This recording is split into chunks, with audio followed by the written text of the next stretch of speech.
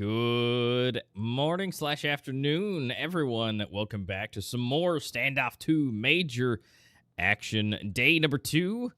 But of course, before we go too far, I'm a master and I'm welcomed with Twist. How are you? I'm very good. I'm in fact very good. I'm excited for the second day. I think now, the tension is going to start rising because yesterday we already saw some upsets. So now those teams that maybe lost, they got some catching up to do. So it's going to be a lot of fun. Again, as always, 2 best of 2s. And I can't really wait to get into it. Yeah, if you guys didn't watch yesterday's stream, it was the upset really just kind of came in from Noobs, the first matchup of yesterday. Noobs somehow against Winstrike, arguably one of the best teams, won. And by winning, at least one of them, they really did a good job at it. I mean, I'm not saying they sweeped it, but they did an absolute fantastic job. And so they were able to at least do 1-1 and put up a good fight for the second one. So today's going to be some more of that shenanigans, hopefully. We do have the other sets of the groups for Group A and Group B to come about. So I'm going to go ahead and just remind you guys who's playing and everything, what is coming about. So we do have RevialGG Gaming, Saints, NCO or INCO, Death or Glory, Winstrike, STREETEIGHT, Team Elevate, and Noobs. We saw the games yesterday. But today, the one we're kind of looking at, maybe expecting, the unknowns, is that NCO Gaming or INCO. Kind of a new name, newcomers, just like Noobs to the scene. So we're just kind of curious how they're going to be doing today. Yeah, most definitely. I mean, we saw a star-like performance from Noobs yesterday, at least on the first map. So we kind of discussed this yesterday as well. Is it possible that 2 of these teams that weren't in the minor, that maybe have the least chance of actually making it to the playoffs, actually show up and do good? Well, there's only one way to find out, because INCO are playing Death or Glory today. And I think it's a doable match, all right? Like, what we saw in the minors, that Death or Glory are definitely good, but they're not in that top 4 yet. So it's going to be very interesting to see, if INCO are actually able to beat them out the same way that Noobs did yesterday. But on the other side of things, we will have STREETEIGHT versus Elevate. Now again, both these teams are quite established in the Standoff 2 competitive scene, so it should be interesting. I think it'll be a close game. I think both of these teams are pretty much at the same skill level, maybe STREETEIGHT a little bit higher, but I mean, ultimately, the best of 2 is for that to be decided. Yeah, I mean, Elevate's kind of a little bit of the wild card. I mean, we know of the name, and Elevate itself always typically does good. STREETEIGHT does have kind of the historical experience to, obviously should do good. I would say should because Winstrike didn't exactly start off on the best feet yesterday. But Death or Glory, we've seen them play before. And INCO, we've got to figure out really where they stand.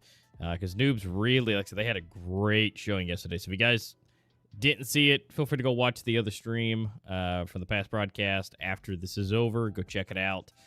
You definitely won't be disappointed. But so far, we do have, as far as the groups from yesterday, we do have the points here.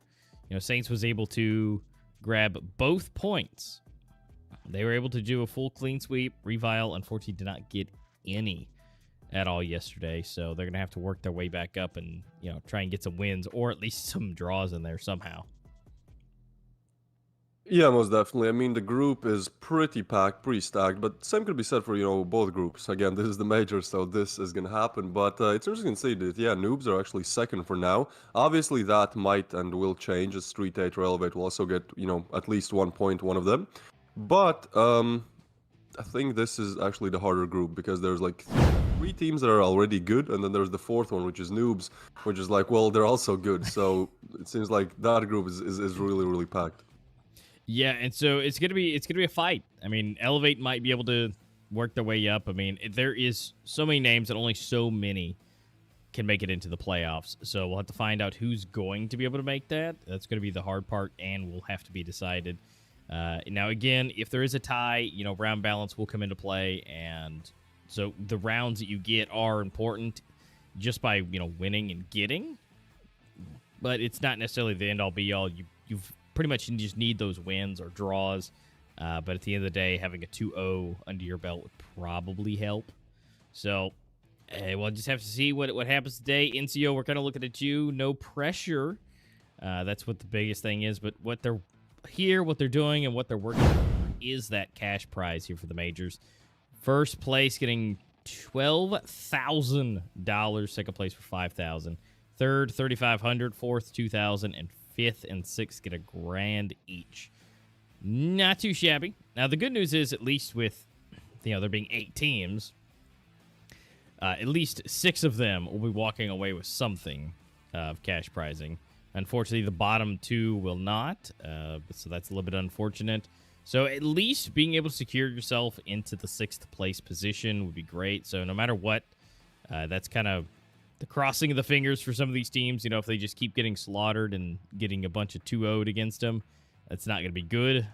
Then they just unfortunately will be walking away with nothing. So if these teams can at least get some draws under their belt, no matter what, they should be able to slide into a 6th place position and still make it worth their while for being here in the majors at that point. But here's our schedule. We're going to be starting off with the INCO Gaming and then Death or Glory.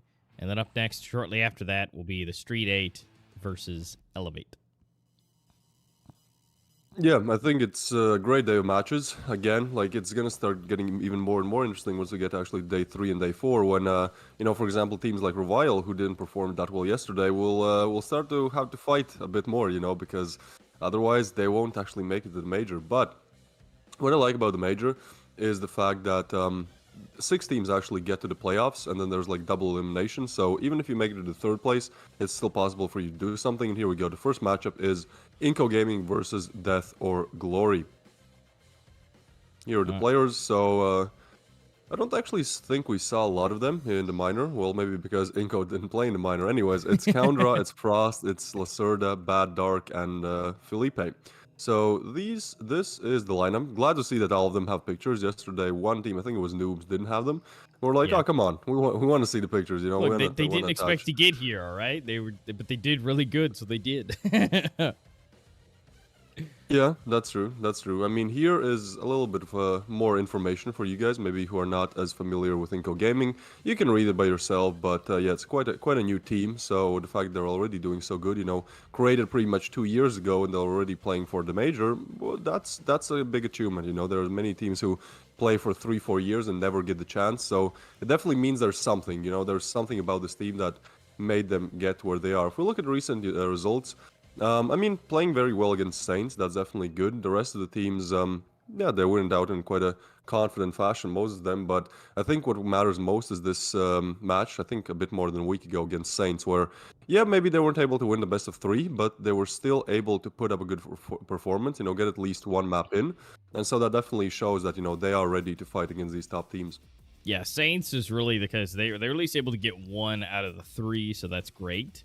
That should give them a good chance to be able to go up against Death or Glory here, because Saints definitely is no slouch. But here's Death or Glory's team. We're missing one. Ivan, we're looking at you. We don't see your face there, buddy. But we do have Miracle, Payback, Daz, Flaffy, and Kaloff. We're waiting on to see, again, Miracle, waiting to see your face. You'll join your team soon enough into the Hall of Fame here as we move into these matches and you're able to work your way up. Death or Glory, they've done fairly well in the past, and we fully expect them to have that same kind of talent. Now, this is a little bit of an older team. They've been around since 2017, been a few years under their belt. Daz is the captain of the team, and of course, if you want to read that, they have their main achievements, being able to get 3rd place in the LAN, Russian Esports Federation, 1st place in the LAN, physical, yeah, it's physical, but it's like physical and digital games.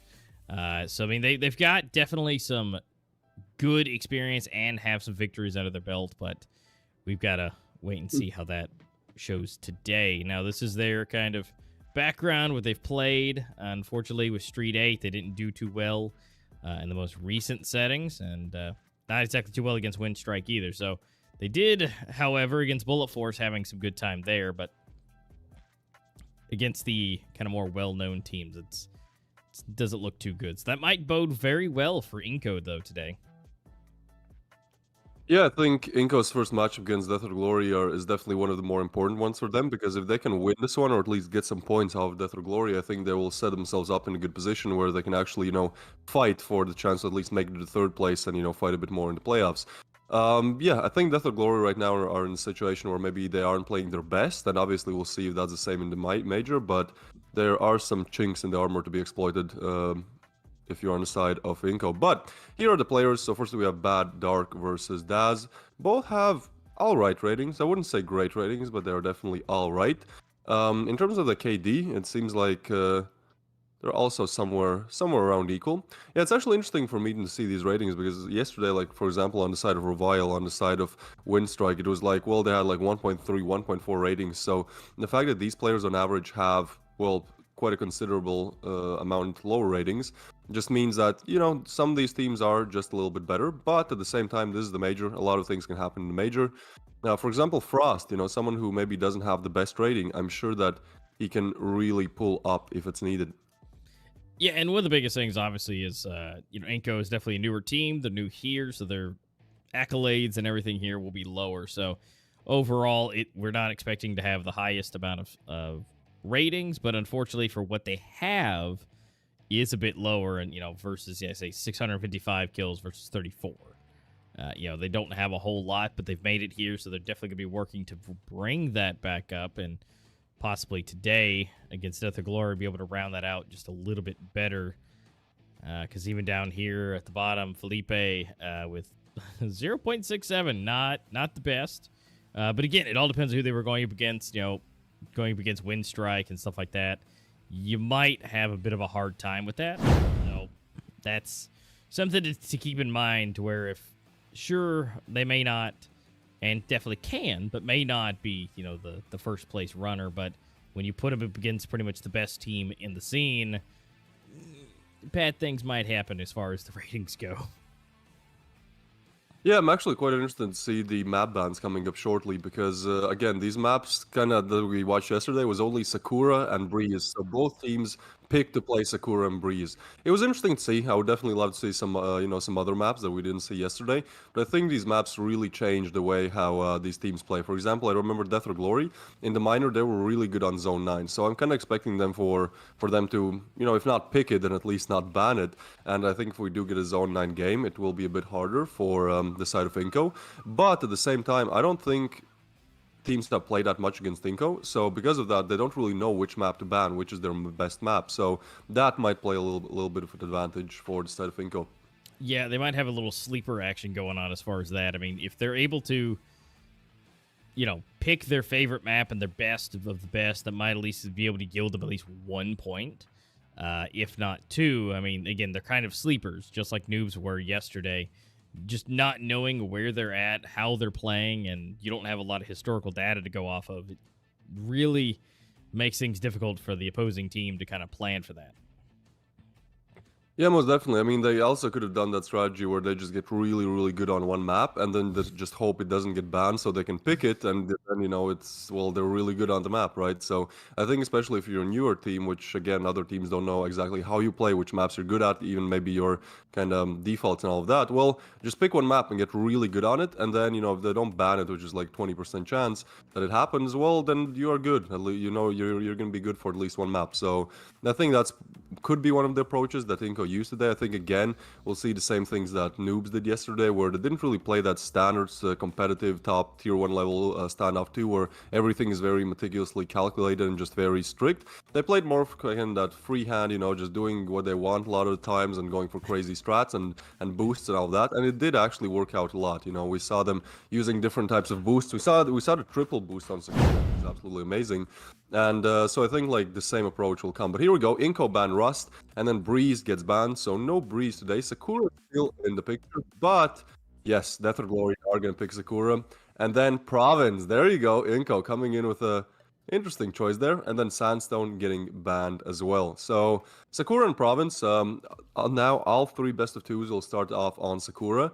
That's interesting. That's definitely interesting. In the minor it was Zone 9, but since Zone 9 is now not in the map pool, Sakura has kind of taken the favorite map spot. But Province is actually going to be a lot of fun to watch, I think, because it's a relatively new map, a map that maybe isn't played as much, and so It's going to be interesting to see how it comes about in the competitive scene.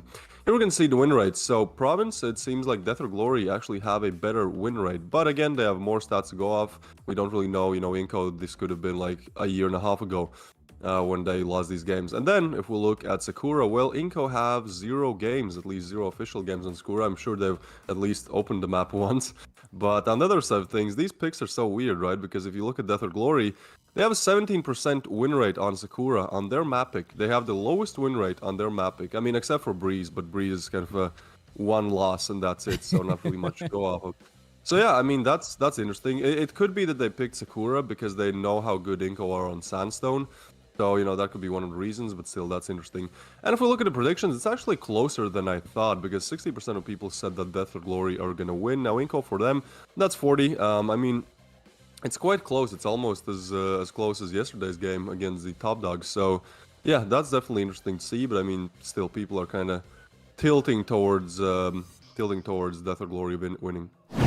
Yeah, but that means there are 40% of people who actually think INCO can take this, so they have some fans. They do have people believing in them, and so I'm excited. It's not like, an entire tilt. It's not like 80-20 or anything like that. So the fact that other people are having faith in them is definitely going to be good.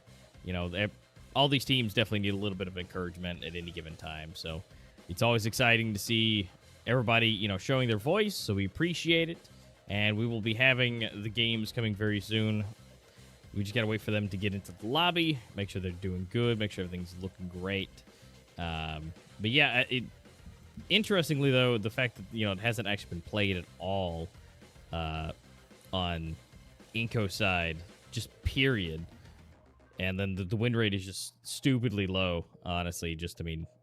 It could go either way at this point.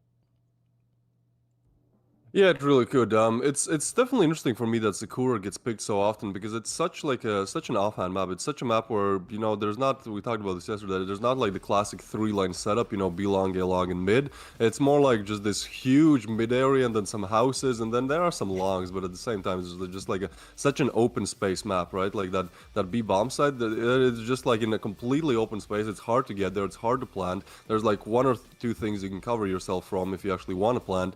But at the same time, it's really fun because of how open space it is. Utility usage really matters because if you don't have good utility usage, well, you're not really going to be able to plant, at least not on the B-bomb side.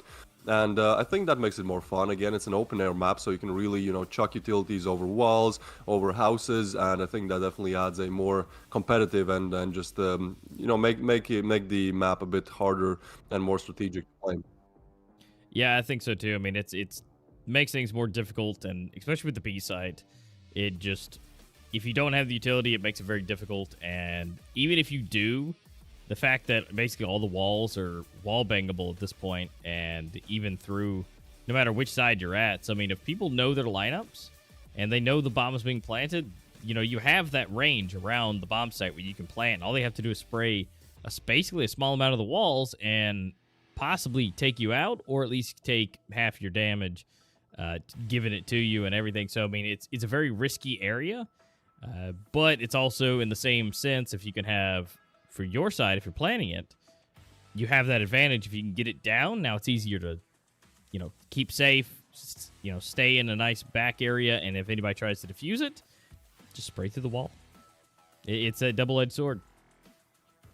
Yeah, it really is. I mean, we saw that a lot yesterday. There was this crazy clutch where there was a 1v3 and somebody just wall-banged someone through the wall in like the first touch. So yeah, that's definitely interesting. I think it adds more of a fun element to the map, but at the same time, it makes the collision, it makes the CD players just way harder for them to actually defend the bomb site because, well, there's not many places you can hide at all, and even the ones that there are, they're wall-bangable, right? So yep. Yeah, it's interesting. It's definitely interesting. I would love to see the A bomb site getting attacked more. I think it's one of the least utilized bomb sites in Standoff 2 together, and yeah, it doesn't seem like that hard to take it, especially if you can get that house area. I mean, you can do a lot from there. So we saw that yesterday as well, where teams, when they start going game more on the T side, they start actually winning more. So I'll see more of that today.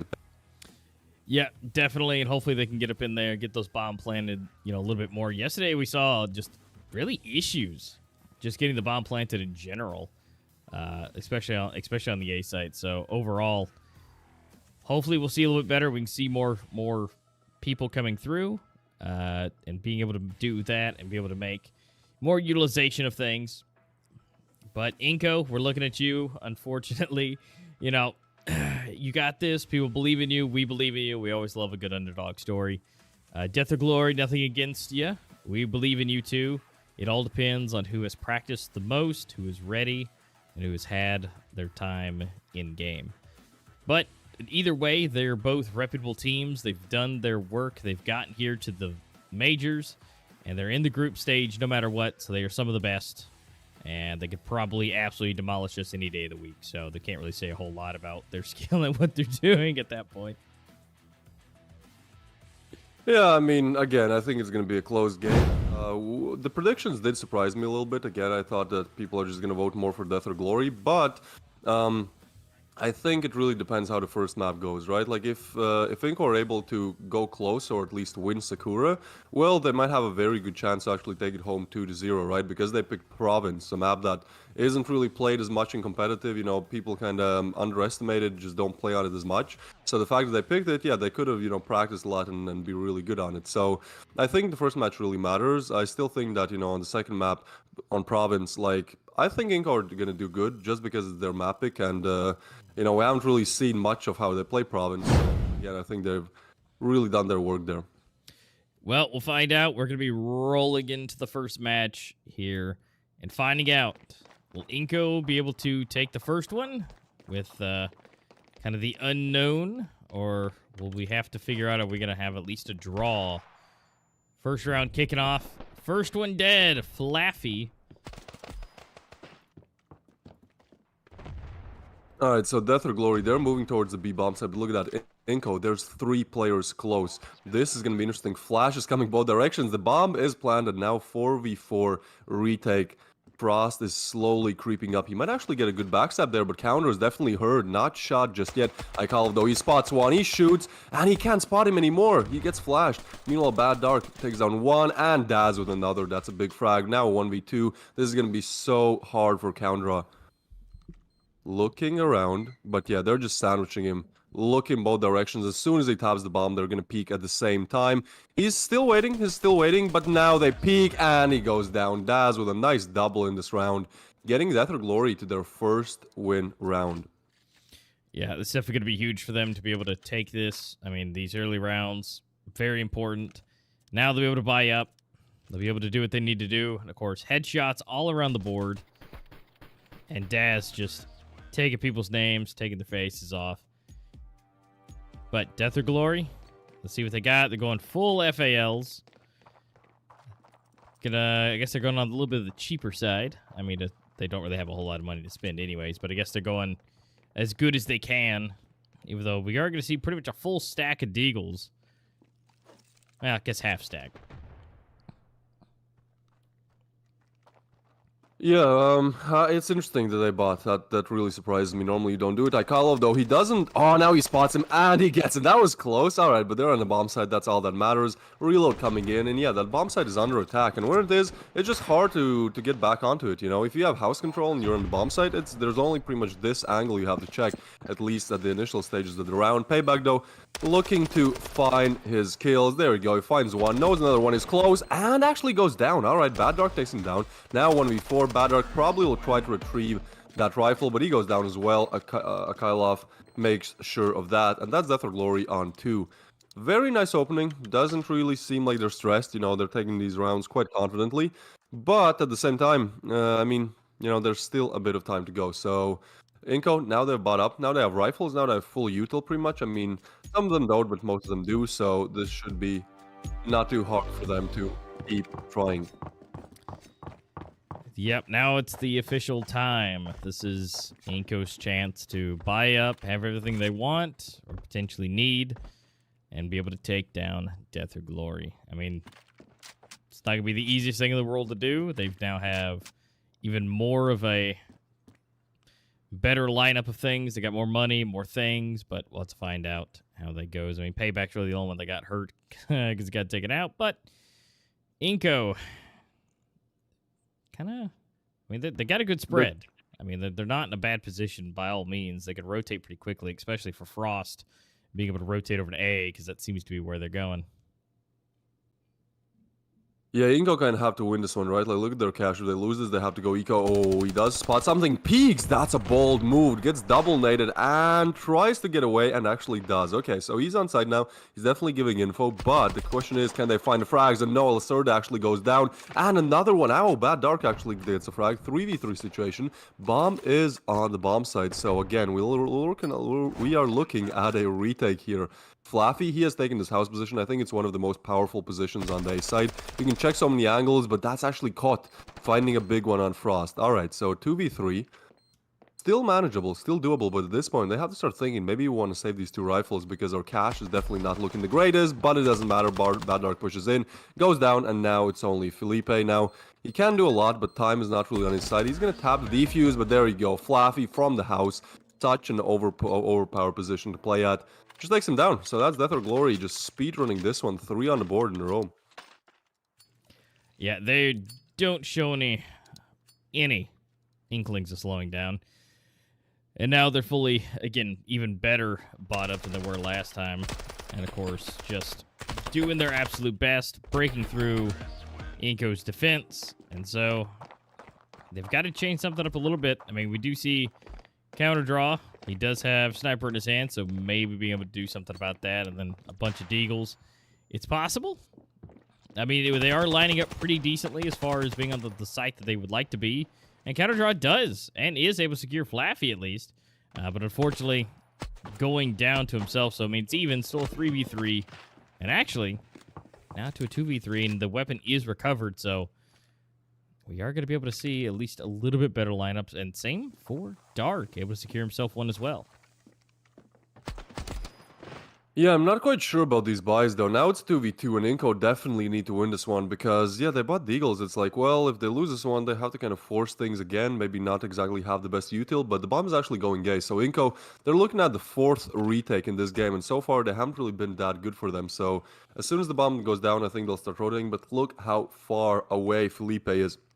He has to make a rotation throughout pretty much the whole map. That's going to take, like, 50% off the bomb tick time. So again, it's like, well, it's a 2v2, but do we want to go for it? Felipe's, now he's coming, but still a long way far away. Now, Cot, he's holding his angle, trying to spot something, but okay, it seems like Lacerda, he might just push in any second now. Still waiting for Felipe, throwing the nade. Oh, and a flash. That's actually a very good molly. All right, they're retreating. Yeah. So, no, this time, I mean, it kind of makes sense since they want to bring those rifles into the next round, but at the same time, INCO, I mean, they've pretty much throughout, they're 50% through the half here. They got to start doing something, not only save. Yeah, they really do. I mean, 4-0. Not the best, but the fact they're able to secure 2 weapons makes things a little bit easier on the economy side of things. So now they're going to be able to have basically everything and be fully stacked for themselves and be ready for the next one after that. So not the worst, not the best, but I will say Death Glory did a great job taking the bomb site and able to secure it, lock it down, and that molly really kind of set the stage to prevent them from getting in. There just wasn't enough time to reposition, and so they either going to have to go through the fire, which would more than likely result in death or save. So I'd say they made the best call they could with what they had to work with. So now, they're going to try it again. But so far, Bad Dark being the first one to go down. And counter draw down as well, so not the best case scenario. Now it's 3 versus 5. They're just working in an uphill battle. Yeah, most definitely. At least Lacerda gets that one, so that's something. Now, Payback here might catch Felipe off guard. Yeah, he's close. There's not much he can do, but he actually can. That's a huge frag to be found from Felipe. All right, now 3-3 situation. The bomb is still going towards B, and seems like INCO are kind of paranoid about that A side. I mean, has been attacked so much in this game that they kind of just want to tilt towards that one. So pretty much the only player left kind of guarding at least something on B is Felipe. He already found one, but now Flaffy finds him as well. Just spots ahead, doesn't get the kill, but that's a huge one. Frost goes down. And Flaffy still remaining very aggressive on his position. Yep, and Dad's able to take down Felipe, so now it's leaving down to a 1v3. Lack has a lot to do here. I mean, pretty much at this point, it's just saving. I wouldn't imagine that he would push super hard to be able to try and take the bomb site. I mean, with the amount of money left in the bank account and being able to have all the goodies and trinkets in his pocket, it's not worth losing. Definitely just hold it down. And looks like that's what he's going to do. So as the timer ticks down, Death or Glory will vacate the site. And just unfortunately, that's going to be 5-0 on the board as soon as it detonates. Yeah, I mean, especially on the CD side of things, like Sakura isn't really a map where you can do great comebacks once you actually get to the T side. So INCO, like they gotta show up in this round, right? Otherwise, it's gonna be 0-6. And again, I mean, we saw some crazy comebacks yesterday. We saw some games where one team goes like 4-1 up and then loses like 5-10. Like again, it's possible, but at the same time, Death or Glory are looking very, very good today. Look at that shot from Flaffy, right? Just individual skill is there, team play is there. So for INCO to find any chinks in that armor, that's just gonna be a bit hard.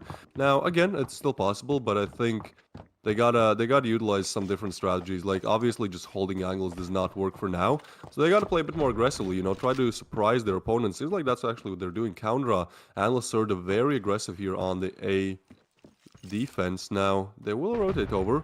And again, Death or Glory are sending so much players towards A. Seems like it is one of their best strategies. This time there's nobody on the right here for Daz, so that's pretty much a freebie map control for him. Already, look, they're almost on the A site, right? And there's still 2 on B. Like, as soon as they explode, it's going to be an unequal 3v5 duel. Flaffy, though, lining up some smokes, some nades, and there you go. Kylov opens it up on Lacerda. And another one. Oh, not like this. INCO goes down. Now it's only one player on the A bomb side. And he goes down as well. Flaffy, just so good today. So again, we're in this retake situation, but it's a 2v5. You have rifles. You don't really have casual. You have to save. The round is over within 40 seconds. Death or Glory playing so good today.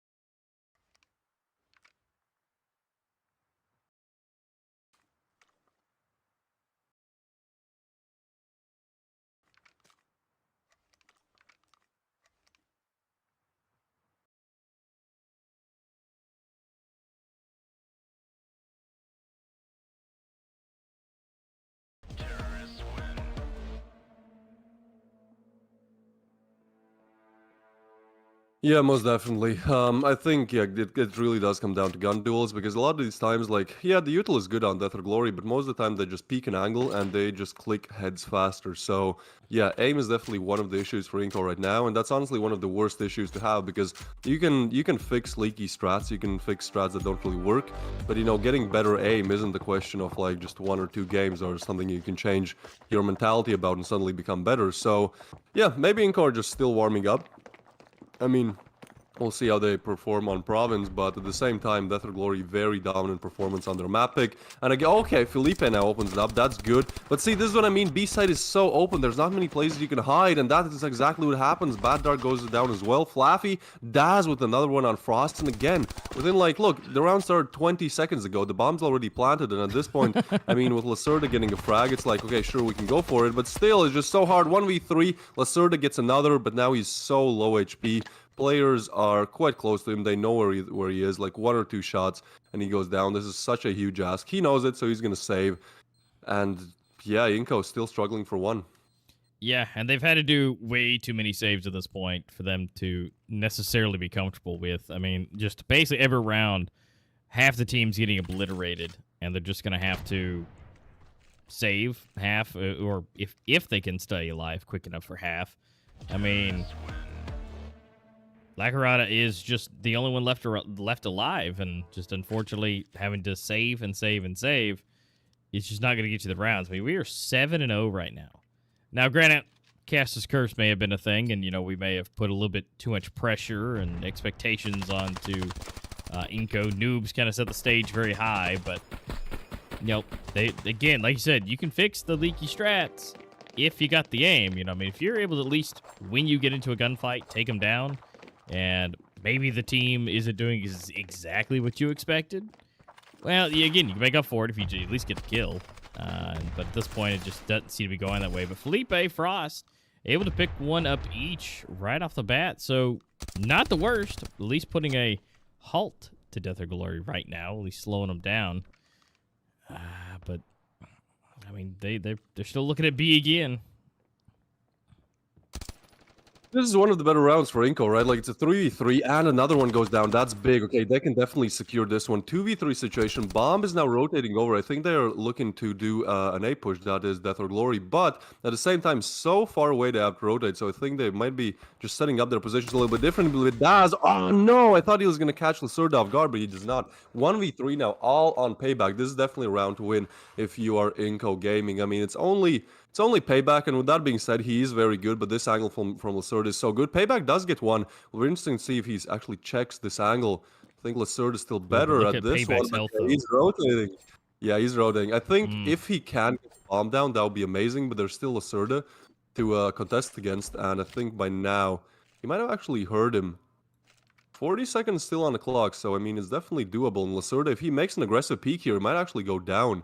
I think he's quite aware where, yeah, there you go. He gets the frag. Nice flick there on payback. And that's INCO securing their first one. 9 more to go if they want to win this one. Yeah, it's definitely not going to be the easiest thing in the world. But it's not impossible if they can just, well, make those connections. Although I'm kind of excited to see Coundraw bring out the P90 down there. Although it's probably not what he would be wanting to be pulling out, just because he doesn't have the cash for it. But honestly, that's one of my favorite weapons to just be running around and having a good time with. So I'm just excited to see it at all. And hopefully it can, you know, kind of be the meme that it is and help him out. Yeah, most definitely. Look at this. Ace bomb site is again under attack. Now, they have allocated 3 players towards A. That's smart from INCO. Oh, that nade does damage. They spot one, and that's such a clean shot from Payback. He's just beasting out here. He's still pushing on site, and Felipe goes down as well. 2v5, again, one of these quick rounds. Death or Glory just exploding. Daz getting another one, and now it's only Bad Dark to finish off the half. He does get one, but his position is known. Getting peeked from different angles, gets another one on Flaffy, but Daz takes him out, and that is Death or Glory on 8 rounds in the side switch. Now they only have to get 2. Like, from now on out, it's like INCO, they have to pretty much do everything. Like, yeah, sure, they have that 1 round, like, safety net, but at the same time, they're just so close to losing. So they definitely have to win the pistol, win the next one, and then we can talk. I think if Death or Glory win the pistol, it's just all over. Yeah, pretty much. I mean, that's basically the worst case scenario. Is you're in a position where the pistol round, if taken, you're almost guaranteed the second one, and that's literally all Death or Glory need. That is literally all they need. So, yeah, they've oh man, INCO really needs this pistol round more than anything in the world. Yeah, they are slowly grouping up towards B, but look at this. Death or Glory is so good at rotating. They know there's pretty much 5 players on B. Frost goes down here. He's low HP as well. It could be the start of the end here. Daz holding a good angle. Flicks and gets one, but Daz actually still alive. Okay, 4v4 situation. Some smoke's coming out as well, and that's a big frag from Death or Glory. The bomb's still not down. They find another one, and now it's only Lacerda. Look at his HP. His position is known. He is pretty much a dead man walking now. He is dead. So Death or Glory take the 9th, and this seems like it's going to be the biggest one-sided map in this major. Yeah, I really don't expect, especially the other teams, to be able to ever see this type of a lineup for these matches. So just unfortunately, this may be, like you said, one of the worst, if not the worst, tilted match that we may have in the majors. I mean, literally 1 round away of being 10-1. I mean, we're seeing the scrappiest buy ever coming from INCO, but will that be enough? And well, Lacerda's able to get 1. Not bad. But now we're at 2 versus 4. And historically speaking, of the 11 rounds we've seen, or 10 rounds we've seen, not looking the best, although Daz is super low. But it's all up to Coundraw and a Mac.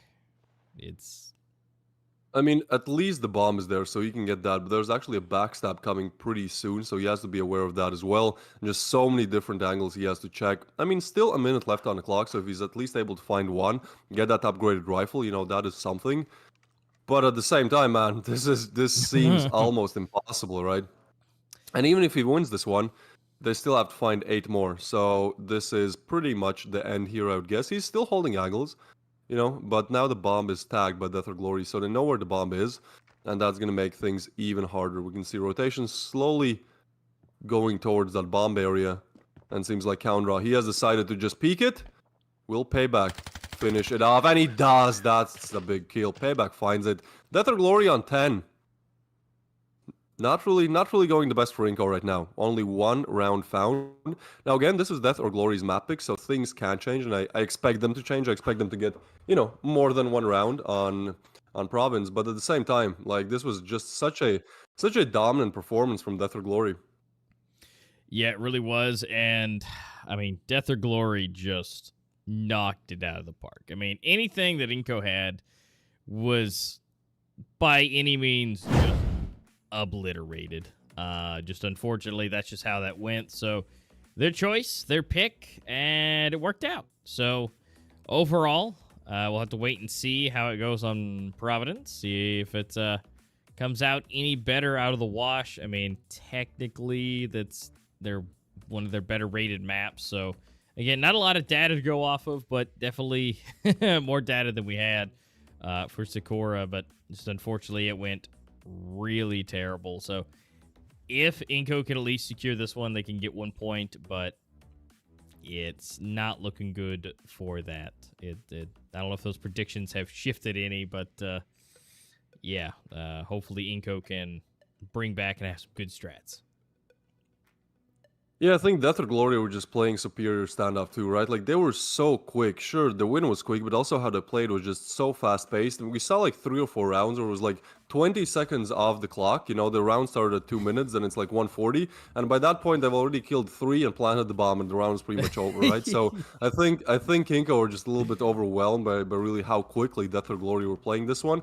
And I mean, it definitely worked. Probably if they tried the same thing on Province, you know, it's going to be harder because now INCO will at least know kind of the playstyle of Death or Glory, at least for this major. But yeah, at the same time, they were just so good at it, man. Just rushing in, throwing some nades, being better at aim, and you win. The round is over. So yeah, props to Death or Glory for showing up this good. I mean, honestly, we saw it at the beginning, you know, or not at the beginning, kind of midway through. You know, we saw when the P90 came out. Didn't even get a chance to fire a single shot. Double nade came through, blasted him out of the way, and they also got the jump shot kill in the mix of that as well. I mean, what do you do against that? I mean, you're trying to do the scrappy buy, you're trying to close quarters P90, rip someone's face off. It, you know, be great, but then you just get double naded. They know where they assume where you are. Their assumption is correct, and your teammate's also gone. It just makes things so difficult for them. And again, yeah, like I said, Death or Glory coming in so aggressive. INCO's either going to have to match that or just be ready for that. But let's just go ahead and check a little bit of the highlights from the last game. You may see quite a few Death or Glory kills in here. Yeah, their aim was just so crispy. If we look at this, like, most kills were like instant headshots almost. Like, even with scoped ARs, they were just popping heads, you know, all day long. Like, this kill from Flappy was so clean as well. Long range, pretty much the first bullet headshot. Like, there's not much you can do against that. Now, again, INCO are a Brazilian team, so, you know, the ping might play a little bit of a role here, but at the same time, like, Death or Glory just looked so dominant. And they were really good at what I kind of mentioned in the pre-show, which is just going A. You know, we talked about how we didn't really see many A attacks yesterday, and we saw 2 Sakura games yesterday.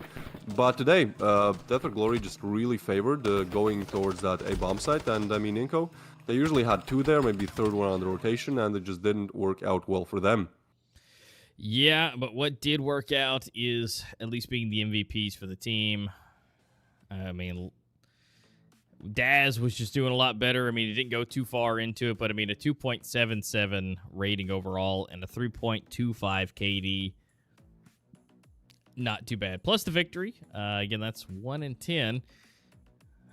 Lacerda, not too bad. 8 kills to his name. Had a nice 1.1. So even in a 1.14 kill death ratio. So still positive. But we did see he did have to save quite a bit. So that kind of helped with that KD ratio. But I mean, this is a bit tilted when it comes to the rounds. And how many of them were left alive across the board. So not the best we've seen thus far, but there's many more days left to go. So we may see some of that change across the days, but so far, INCO definitely needs to take all of the things from this match, learn from it, and try to have the in-game leader kind of make a plan of action for that. And here's our scores from last game, and we had 2 players, Frost and Countra, only have 2 kills each, with 11 deaths, and pretty much everybody chilling in a super positive manner. Down for Death or Glory. 2 above 2.0, actually above 2.5, and everybody's still in a 1.0 type of area. I mean, Countra having a 0.16, not the best case scenario there. So there's definitely some stuff that needs to be worked on, and I think they know it, we know it, and we can see it. But Death or Glory looking pretty sharp here and looking to clear this out in 2-0. And we'll have to find out here on the next map if they can do it. Yeah, again, I think since it is their map pick, province, it's going to be closer, but at the same time, like, Death or Glory just looked so dominant today. So, yeah, it's going to be hard for them to find any ways how to attack that. I think especially, like, their mentality is definitely not the best. After losing 1-10, this is, so far we have 3 games, but this is the worst loss, that you've seen. Yeah, it's definitely hard to bounce back from 1-10, just kind of mentally. But at the same time, I mean, this is what separates the good teams from the great teams. The teams that are able to recover whatever happens to them and, just keep fighting. I mean, there's a good case that they will actually make it to the playoffs or whatever. But at the same time, it's just hard, man. Like, if I was playing and I lost, I got 1 round and I got just absolutely demolished on the major, when like 10,000 people are watching across all streams. Yeah, it does definitely affect your mental state a little bit. Just a little bit. It's not the greatest feeling, but the fact that it's gonna be a new game, anything you do at this point, as long as you don't go 0-10, anything is a positive at this point. You're definitely able to bring yourself up and do what you got to do. And so we're crossing our fingers. We believe in you, INCO. We know that you have it in you. I mean, you made it here to the majors, so we're looking forward to seeing that. Again, the win rate here for them is a bit better. They've had a bit more experience in the professional manner here, and we'll find out what's exactly going to happen because we're getting into the next game. Here we go, province. This is one and only chance for INCO to at least show up, I'm not saying win, but at least make it a close game.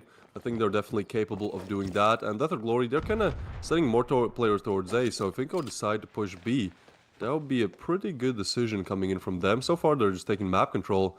We can see the players are close on the radar. Bomb is still dropped down, so it seems like they just kind of want to see what openers they can get and then decide go A or B. But there you go, Countra gets 1. That's good. I mean, the first game, there weren't really many first kills coming from INCO, so now they're in a bit better situation. I think the bomb is going to get picked up anytime soon. Still, Death or Glory, 2 on B, 2 on A. Not overcommitting to anything just yet, but same with INCO. I mean, they're playing way slower. Seems like their T-side approach is completely different from Death or Glory that just like to rush in and take names. Yeah, and I mean, the good news is the bomb is in a good position still. It's not in harm's way. Flaffy, though, taking down Felipe real quick, and we're going to have a nice trade out. Lacerda is going to be able to at least pick off and at least get the refrag. So it's still better position, 4 versus 3. Again, they're positioning a lot better. The bomb has been picked up. The B site looks pretty much open for business, although we do see Caught chilling close by, and it looks like the rotation is coming in, so now they're going to have to be known about this and going to have to work their way to take the kills. Frost able to take down Payback. Bomb is down, so timer has been set. And now 1 remains. Caught going to be the last one there and gets taken out.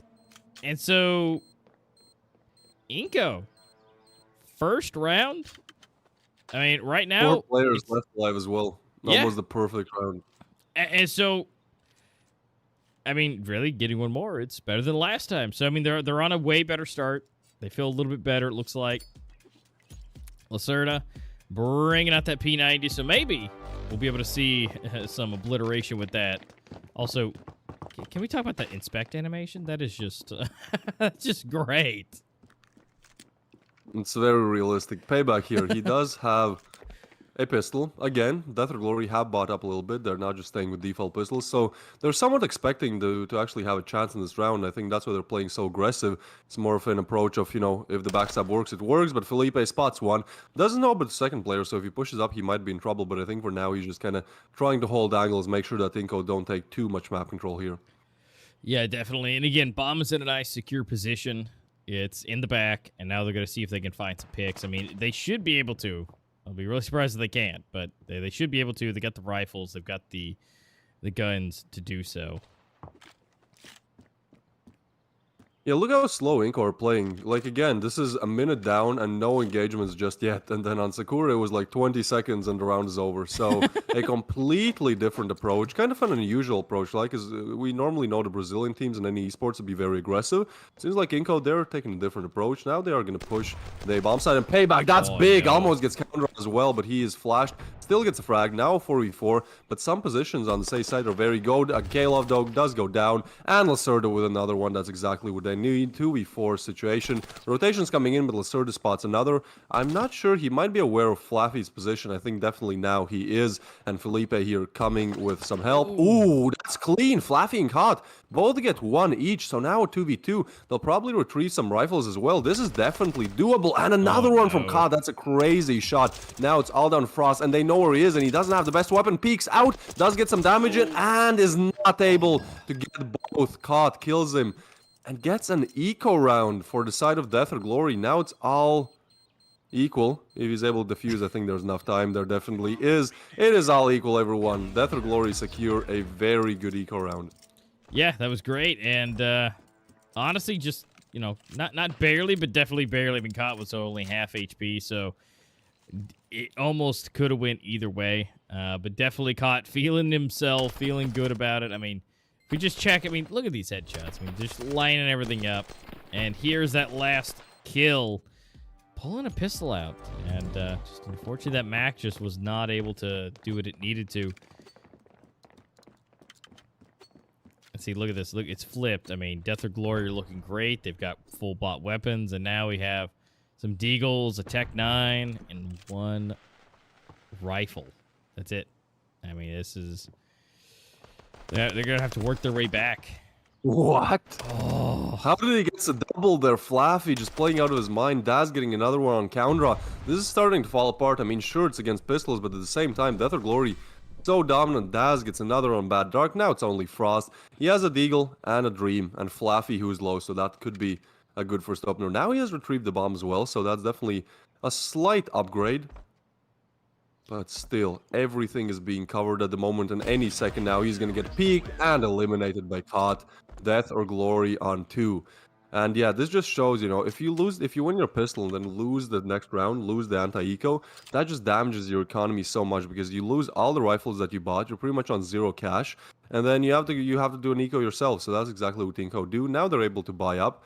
Still, you know, could maybe ask for a bit more util. Here we can see that Flaffy pistol. That was a clean shot. And Lacerda with another one, and then Felipe just pushing in the side, making sure that they can win it out. And this 2v4 was just absolutely crazy. I mean, yeah, it was still close. It was 2v4 down to 1v1, but at the same time, like, the fact they're even able to go for it, a 2v4 when both your players only have pistols, like, that's just absolutely crazy.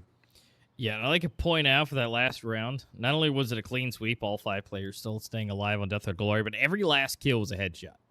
Every last one. Their aim was on point. It was perfect, and nobody barely took any damage. I mean, that was, if not the cleanest and most precise round thus far. And so, Death or Glory, now after this tactical pause is over that they actually called.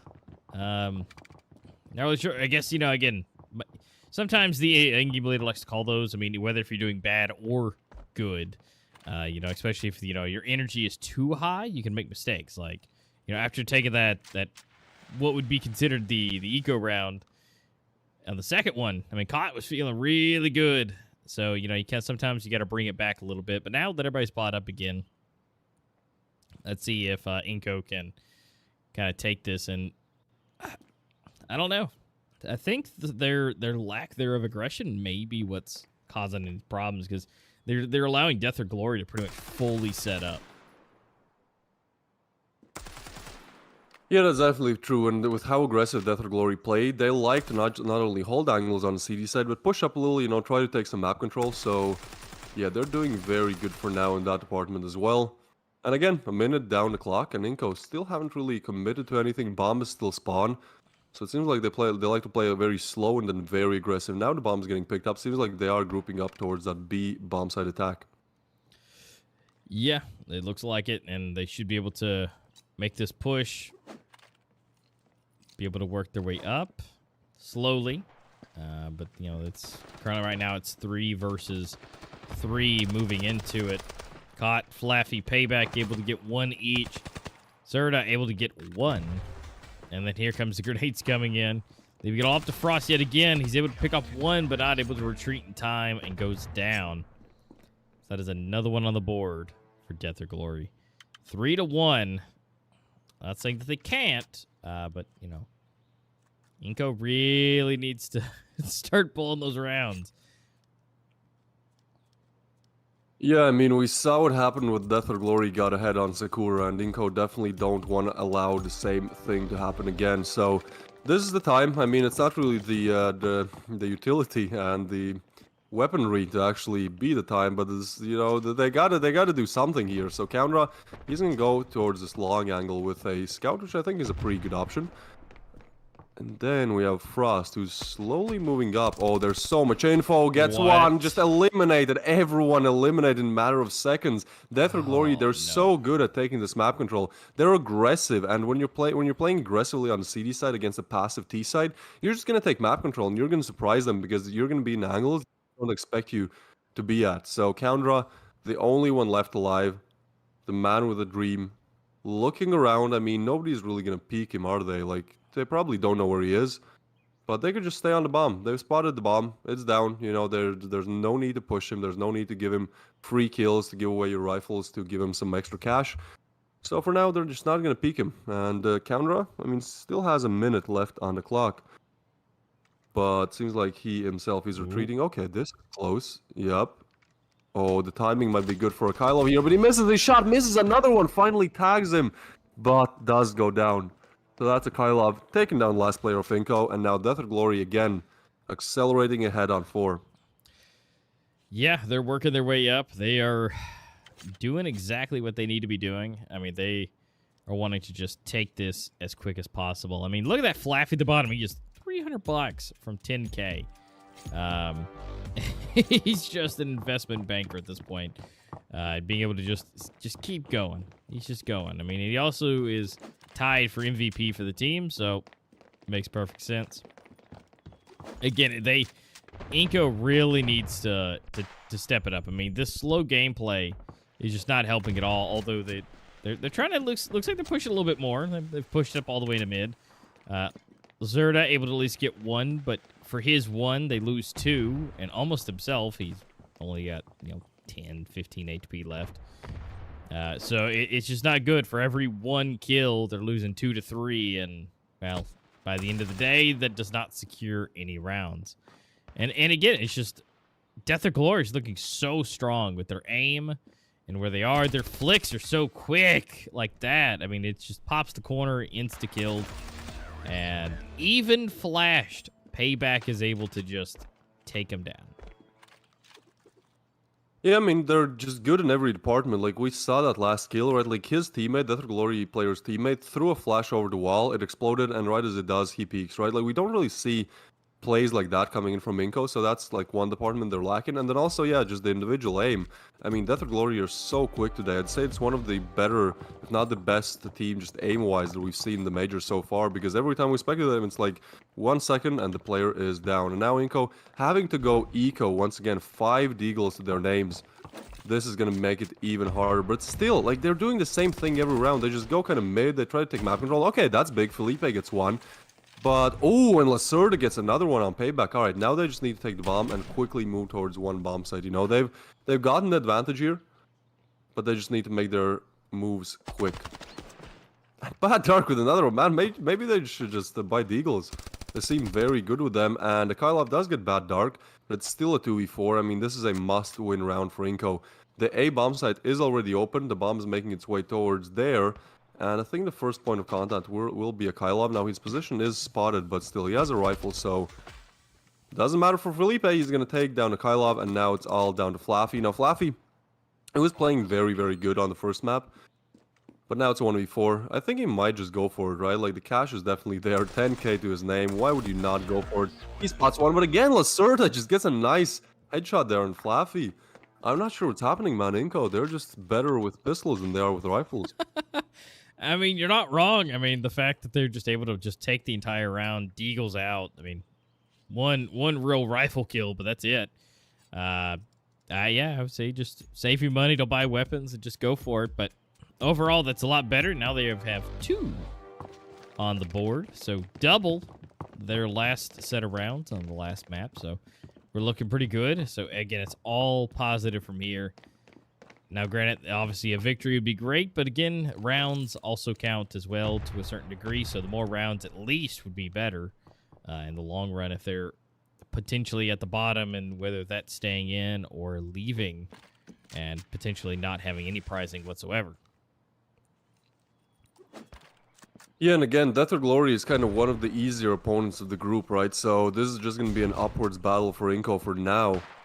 But they're all pushing B now. This is what I like to see, a change in strategy. We'll see if that change actually goes well for them. They are pushing in. Frost gets one. Oh, and he's flashed, but he's still able to find one. Flaffy's still alive. Now they go down. Cod goes down as well. 2v4 situation, and Bad Dark, he's doing some good work. Bomb is planted. And yeah, this is exactly what they needed, man. Like, INCO, they spent 5 rounds trying to play slow, trying to play for map control. And every single time they did it, Death or Glory were just better at out-aiming them. So I think they're solve to this problem really is just pushing in faster. You know, it seems like it's working wonders for them in these last 2 rounds, so I expect them to keep doing it for the remaining of this half. Bad Dark takes down a Kylo. Now it's only Daz. He does know positions, but counter drop, peeks him from a different angle, takes him down. And yeah, change of pace, change of strategy, and change of who gets the rounds. Yeah, because one of the biggest things for them is being able to just put Death or Glory on their toes, right? You know, they're able to get in there, disrupt everything, and just be faster. And at the end of the day, that's what they need to do to disrupt everything. Because again, going slow just did not work. Map control just not really working. Because by the time that they get to where they want to be and try to get map control, Death or Glory has already just sped walk into position, got there, and they're just ready to go. And so they need to disrupt that continuously. And well, I mean, it looks like they might be trying to do what they did, you know, entirely, but the bomb is still safe. They're in mid for the most part, but no connections, nothing. I mean, there's not a whole lot of action, so I'm not sure if they're going to go back to the old ways for this round or nah, but they've got a minute 20 to make a decision which bomb site they want to go on. Yeah, back to their old ways. Old habits die hard, seems like. Now they're playing slowly, and it seems like Death or Glory kind of respecting it this round a lot, right? Like, the previous ones they were trying to take mid, just trying to play very aggressively, but for now, they're waiting, although we can see 2 players that are being caught, and Flaffy slowly creeping up towards that B-long area. Death or Glory are just very good at finding map control, and then exploiting it to their advantage, right? So, INCO, they can't give too much time for that to happen. Oh, Coundra is spotted. That nade is interesting, but he's still alive. That's what matters. He's going to keep pushing up. Let's see if he can find Payback. Getting ambushed by different directions. He does spot Payback. Not able to kill him just yet, and Payback actually gets him. 3v4. Oh, and Lacerda, he needs to get this frag. The bomb is down. Such a tight position. Daz somehow gets away, and Payback comes in with another pistol. Now Lacerda 1v4. So hard to do anything, and that's going to be Flaffy eliminating him as well. Again, that slow play just does not work, so there you go. That is the half.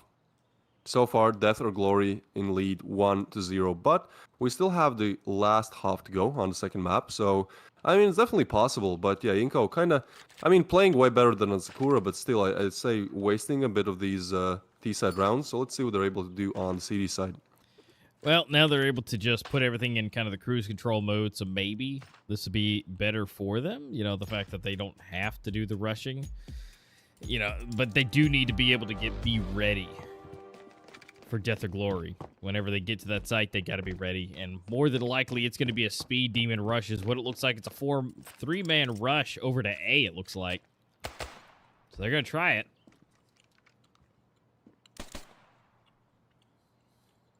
Yeah, still looking around. Not the craziest approach from Death or Glory, especially a team that historically has liked to push a lot on the breach side and be very aggressive on the T side. For now, they're slowing down a little bit. They will slowly advance towards A. There's two players to be found there, one towards mid as well, and now the push comes in. Alright, what can you do, Counter? Nothing. Kalo takes him down. Now, two players still on A bomb side, Lacerda coming in with help as well. Meanwhile, Frost takes down one, and look at the HP on Daz and Ka. That is not ideal. One bullet could end both of their lives, and Felipe and Frost and Lacerda do exactly that. In a matter of seconds, 4 players fall, and INCO find their 4th. Still fighting. Still not letting this one slip. I mean, that's solid. That's solid work. I mean, now that they've been able to get the extra fancy weapons and everything, you know, now this should be able to take this one and be able to be within 1 round of Death or Glory. I mean, that's just the biggest thing is they've lost some, you know, the round after pistols before, so the subsequent round. So now they really need to not mess this up. Hard though. He's on a pistol. I mean, we've seen him do some great things with it, but it's just gonna be a little bit hard. But everyone's grouped up towards B, and that's one frag coming in from INCO. All right, that is good. Now they just need to get a must-win round, and Lacerda does exactly that. Finds 2. All right, he does get refragged. 3v4 now. Bomb is still not planted, so INCO, they will keep fighting. Counter fights another one. That's what you like to see, man. Finally fighting back, and now a 2v4. I mean, we've seen them lose a 2v5 before, but at the same time, like, there's only Daz on dualies. Like, there's no way he actually goes for this, right? Like, he might try to at least get some frags, but now he's spotted as well. And okay, Counter goes down. Daz still alive, but Felipe peeks him and finishes off what Counter started. That's him down, and that's INCO. 1 round away from equalizing the scoreboard again.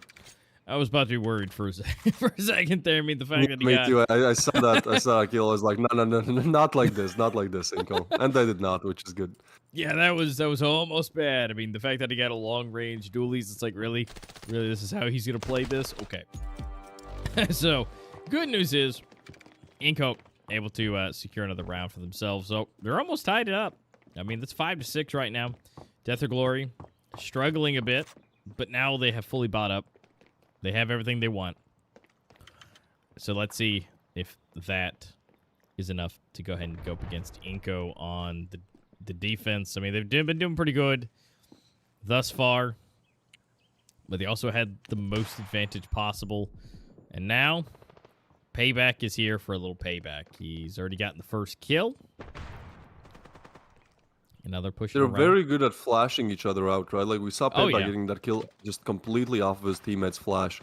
So that's very good. Daz, meanwhile, fights Bad Dark. 3v4 now. I mean, it's still possible for INCO, but now as Daz finds Frost, it starts to seem less and less so. Lacerda still alive and actually does get one, does get away. That is big. Look at the HPs as well. Payback and Flaffy so low. They just need to find one more bullet, either Lacerda or Felipe. Look how close they are. Oh, and they do exactly that. Felipe finds one. Now it's so close, and look at the HPs again. Now Payback and Flaffy, they share like 20 HP together, 1 bullet for each of them, and they are down. This is starting to get very hard for Death or Glory to actually pull off. They'll definitely need some lucky timings, because if it's just a gun duel, I mean, you're not going to kill him faster than he's going to just shoot that 1 bullet in your foot. So Lacerda gets another one. Bomb is still down, and this just looks very hard to do for Flaffy. I mean, he has to make his way towards the bomb in 30 seconds, get it, go back to the bomb site, and plant. Like, there are so many different tasks where things can really go wrong, and I think he's contemplating that as well. Now, it seems like he will actually go for the bomb,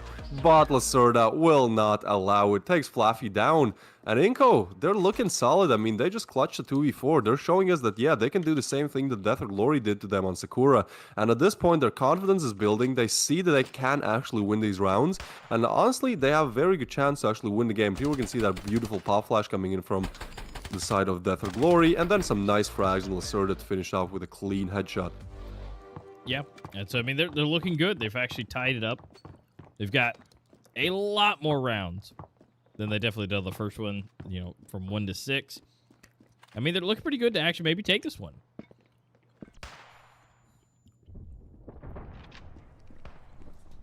Especially if they all group up towards B. Look at this. They're all making their rotations towards B. They know Death or Glory, this is the aggressive game style they're known for, but there's still so many players to be battling on the side. Oh, but not like this. Lacerda goes down. Felipe goes down to a pistol as well. The only man who can save them is Coundra, and he does exactly that. Gets a double refrag there. Now 3v3. Sure, Death or Glory have picked up 1 rifle, but still, just in terms of armory and weaponry, INCO are kind of in the lead here, throwing some util as well to get them off some common spots, and I think any second now they'll start to push in. They jump, they spot one, know where the other one is, both of them fall, Frost and Bad Dark playing out of their minds, and they know where the last one is, getting them flashed, getting him off the angle. I think this is going to be a very hard one for Akailov. His position is known, the defuse is coming in, and that's Frost taking down Akailov, taking INCO in the lead for the first time in this game. Now that is an impressive statement. INCO in the lead, and it's late game, 7 to 6. They definitely have brought the spark. It took them an extra while, maybe a little bit of accelerant, a little bit of gasoline had to be put on there, but they finally have a flame that is burning hard and strong. I mean, they're in the lead, and now Death or Glory is going to be able to buy everything they want this time around. But we're going up basically full buys across the board, and Death or Glory, again, have to get into these bomb sites. And INCO just gets to, you know, play in chill mode, basically, and wait. And it seems to be working out. Yeah, Death or Glory is not as confident as they were on that T side on Sakura, right? Like, they're taking their sweet time now, and I think that's just off the fact that they know that INCO now are good, so they don't want to make any mistakes. But I think that was actually the game style that helped them win the first game, so I mean, sure, Flaffy will still get the frag. He's been really good today. Spots another one. Yeah, he's not going to repeat. He doesn't want to lose his life. He wants to keep that advantage. Now, Kandra, he's been really good on the, say, bomb side of things. He did great last round, but this time, Akailov takes him down quick, and Bad Dark refrag. Akailov with a double. That is big. 2v4 situation now. INCO, again, finding themselves in a 2v4, but this time, no Kandra to arrive for help. So, Lacerda, oh, this might be a good position. I think he hears Flaffy, so he should have some good info. Throws a nade, that's smart. Flaffy takes some extra damage there, but still, HP is pretty good all across the board for Death or Glory. And even though INCO will go for this, they don't really have the cash to do so. Like, look. Oh my god. They have $600, and he's just full flashed. They just keep throwing everything they have at him. But, I mean, hey, if they just keep throwing it, at least he knows they don't have anything else, but still, 2v4, not the best thing in the world with the bomb planted. They're going to try and get some shots here, and ooh, Felipe actually able to take Daz, and if they can get him off, you know, these angles here and be able to help trade back and forth, which they do, they're able to possibly get one more Cot left alive, but it's too late. The bomb is too late. Although, not able to get out in time, so only one left alive on either side, which is best case scenario. It's tied up again, but not without a lack of trying and kills, at least. So, I mean, at least damage has been dealt to Death or Glory's economy, even though they were able to technically still win the round. So it puts them in a little bit better positioning to a point. Yeah, most definitely. I mean, Death or Glory, they're definitely not a team to just fall and not try. You know, I think their name definitely implies that. So this is going to be a close game, however long we go. Now, Lacerda, he's pushing up with the 5-7. That's interesting to see if he's able to do so much. And Akailov, that's a big frag with Bot Dark. Really good refrag. Now 4v4. Oh, and everyone on side of Death or Glory are pushing B.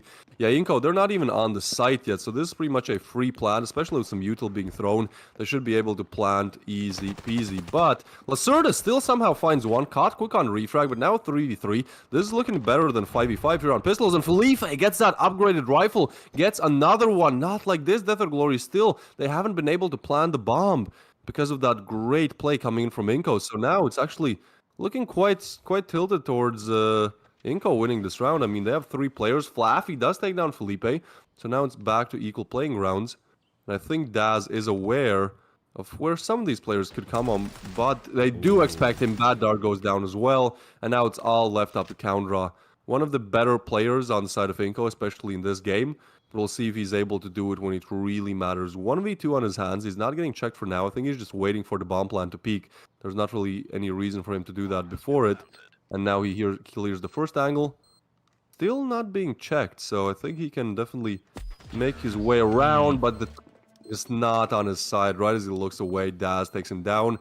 And that's going to be Death or Glory getting in the lead again, now 2 in a row. Yeah, it's not the best case scenario, but again, now they're gonna be able to buy up again here, so not gonna be the worst case scenario. So we're gonna see INCO try it again. Honestly, I mean, it's still staying a lot closer than I think we ever expected going into this game. So either way, they're doing a great job, and as long as they can keep their level-headedness and keep things back where it needs to be, they should be doing pretty good. And, of course, the fact that they have everything fully bought, everything they could possibly need, and everybody's back alive. So as long as they can just keep at the good pace, I mean, they're really doing a lot better.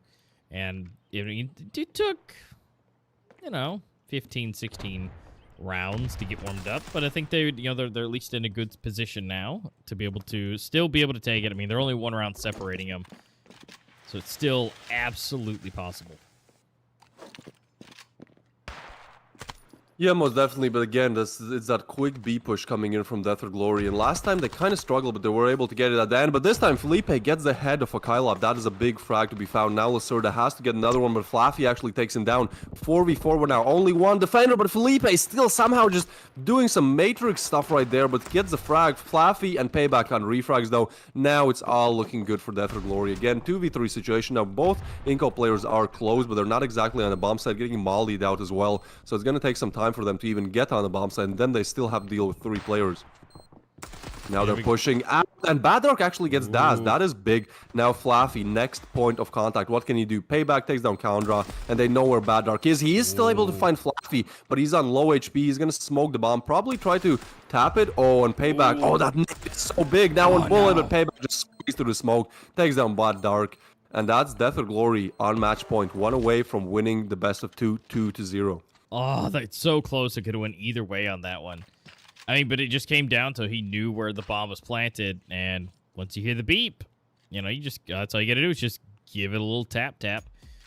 Oh, that was so close. And even down to 19 HP. I mean, that was so close. But now they're going to have to try this all over again with Death or Glory on match point. They're going to have to force anything they can here. Again, worst case scenario, this forced buy. So now, I mean, Death or Glory's not on the best case scenario. I mean, they've got probably the weaponry, but maybe not the utilities that they would like. So it's still possible. It's still doable. Felipe in a good position. Lacerda's doing pretty great as of right now. Currently MVP for the entire match with 16 kills. So as long as Lacerda does not go down, I think they got a very good chance still. As long as they can continue again to take these kills. Daz trying to get a little aggressive. And going down. Same for Flaffy. So that is great news for them for this round. And also Payback going down himself. Oh no. It's so close. But Kot actually refrags. Alright, 1v4 for Kot.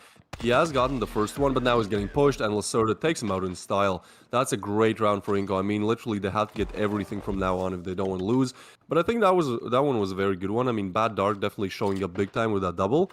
And now, I mean, look at the economy of Death or Glory, right? Like, they kind of have to force some weaponry, definitely not go to rifles. And that could make it 9-9. You're going to see Frost and also Kot getting that nice first frag, but not exactly much more than that. So yeah, I think INCO, they definitely need to get this round. I mean, they have all the odds to do so. And then if they do, we're down to 9-9. Yeah, and I mean, right now is literally the best case scenario for INCO. I mean, being able to get to at least match point, although they will have to fight against basically a fully stacked Death or Glory for the last and final round. There we go. Felipe sitting strong. Being able to get that nice clean headshot. No damage dealt from that grenade. We're going to give it a shot, but getting taken out as well for Flaffy. No armor at all, so just, a nice clean headshot. We're going to see Kot as well go down, but then again, Felipe and Countra go down. It's 2 versus 2. Best, I mean, armor-wise, Frost is in the best position. but you have to see Oh what no, not like this. There is a refrag. Okay. Frost now has to do everything complete. The 1v2 clutch. Payback, he is running away. I think Frost is just going to wait on B most likely. But yeah, Payback, oh, he's switching angles. He might not even be going A. This is interesting. Payback and Frost, so close yet so far. And Frost has the best case. I mean, he's got full armor where Payback has none.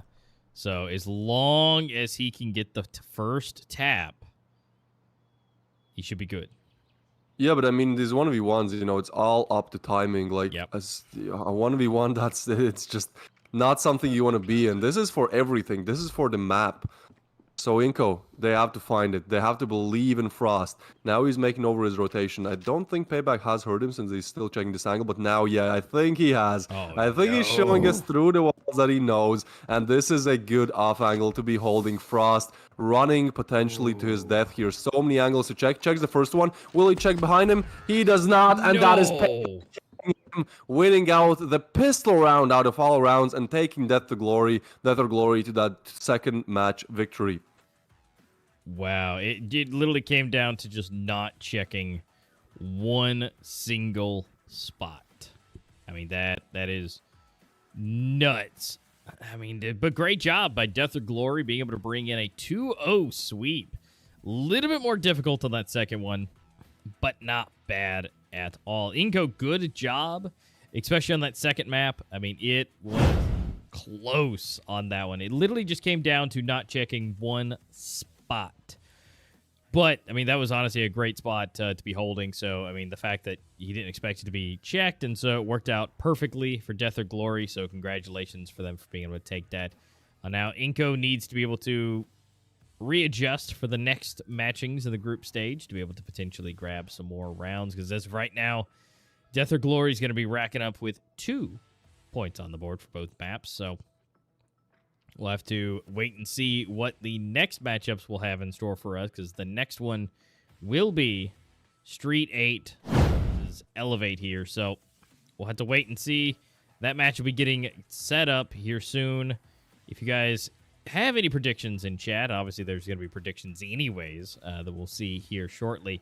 But for overall, you know, let us know what you think. What's going to happen, STREETEIGHT, Team Elevate? The match will be soon. I mean, honestly, these are some of the better teams at this point. You know, INCO, you know, was kind of the underdog piece, which, again, activated at the very end. Just unfortunately wasn't able to get over the line. But these are kind of your big names.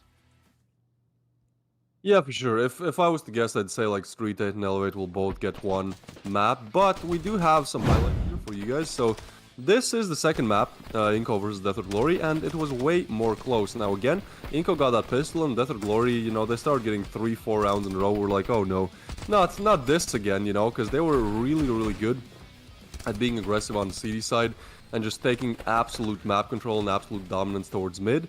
But then at one point, INCO were just like, you know what, guys, this is not working. Let's try something else. Let's try to just push.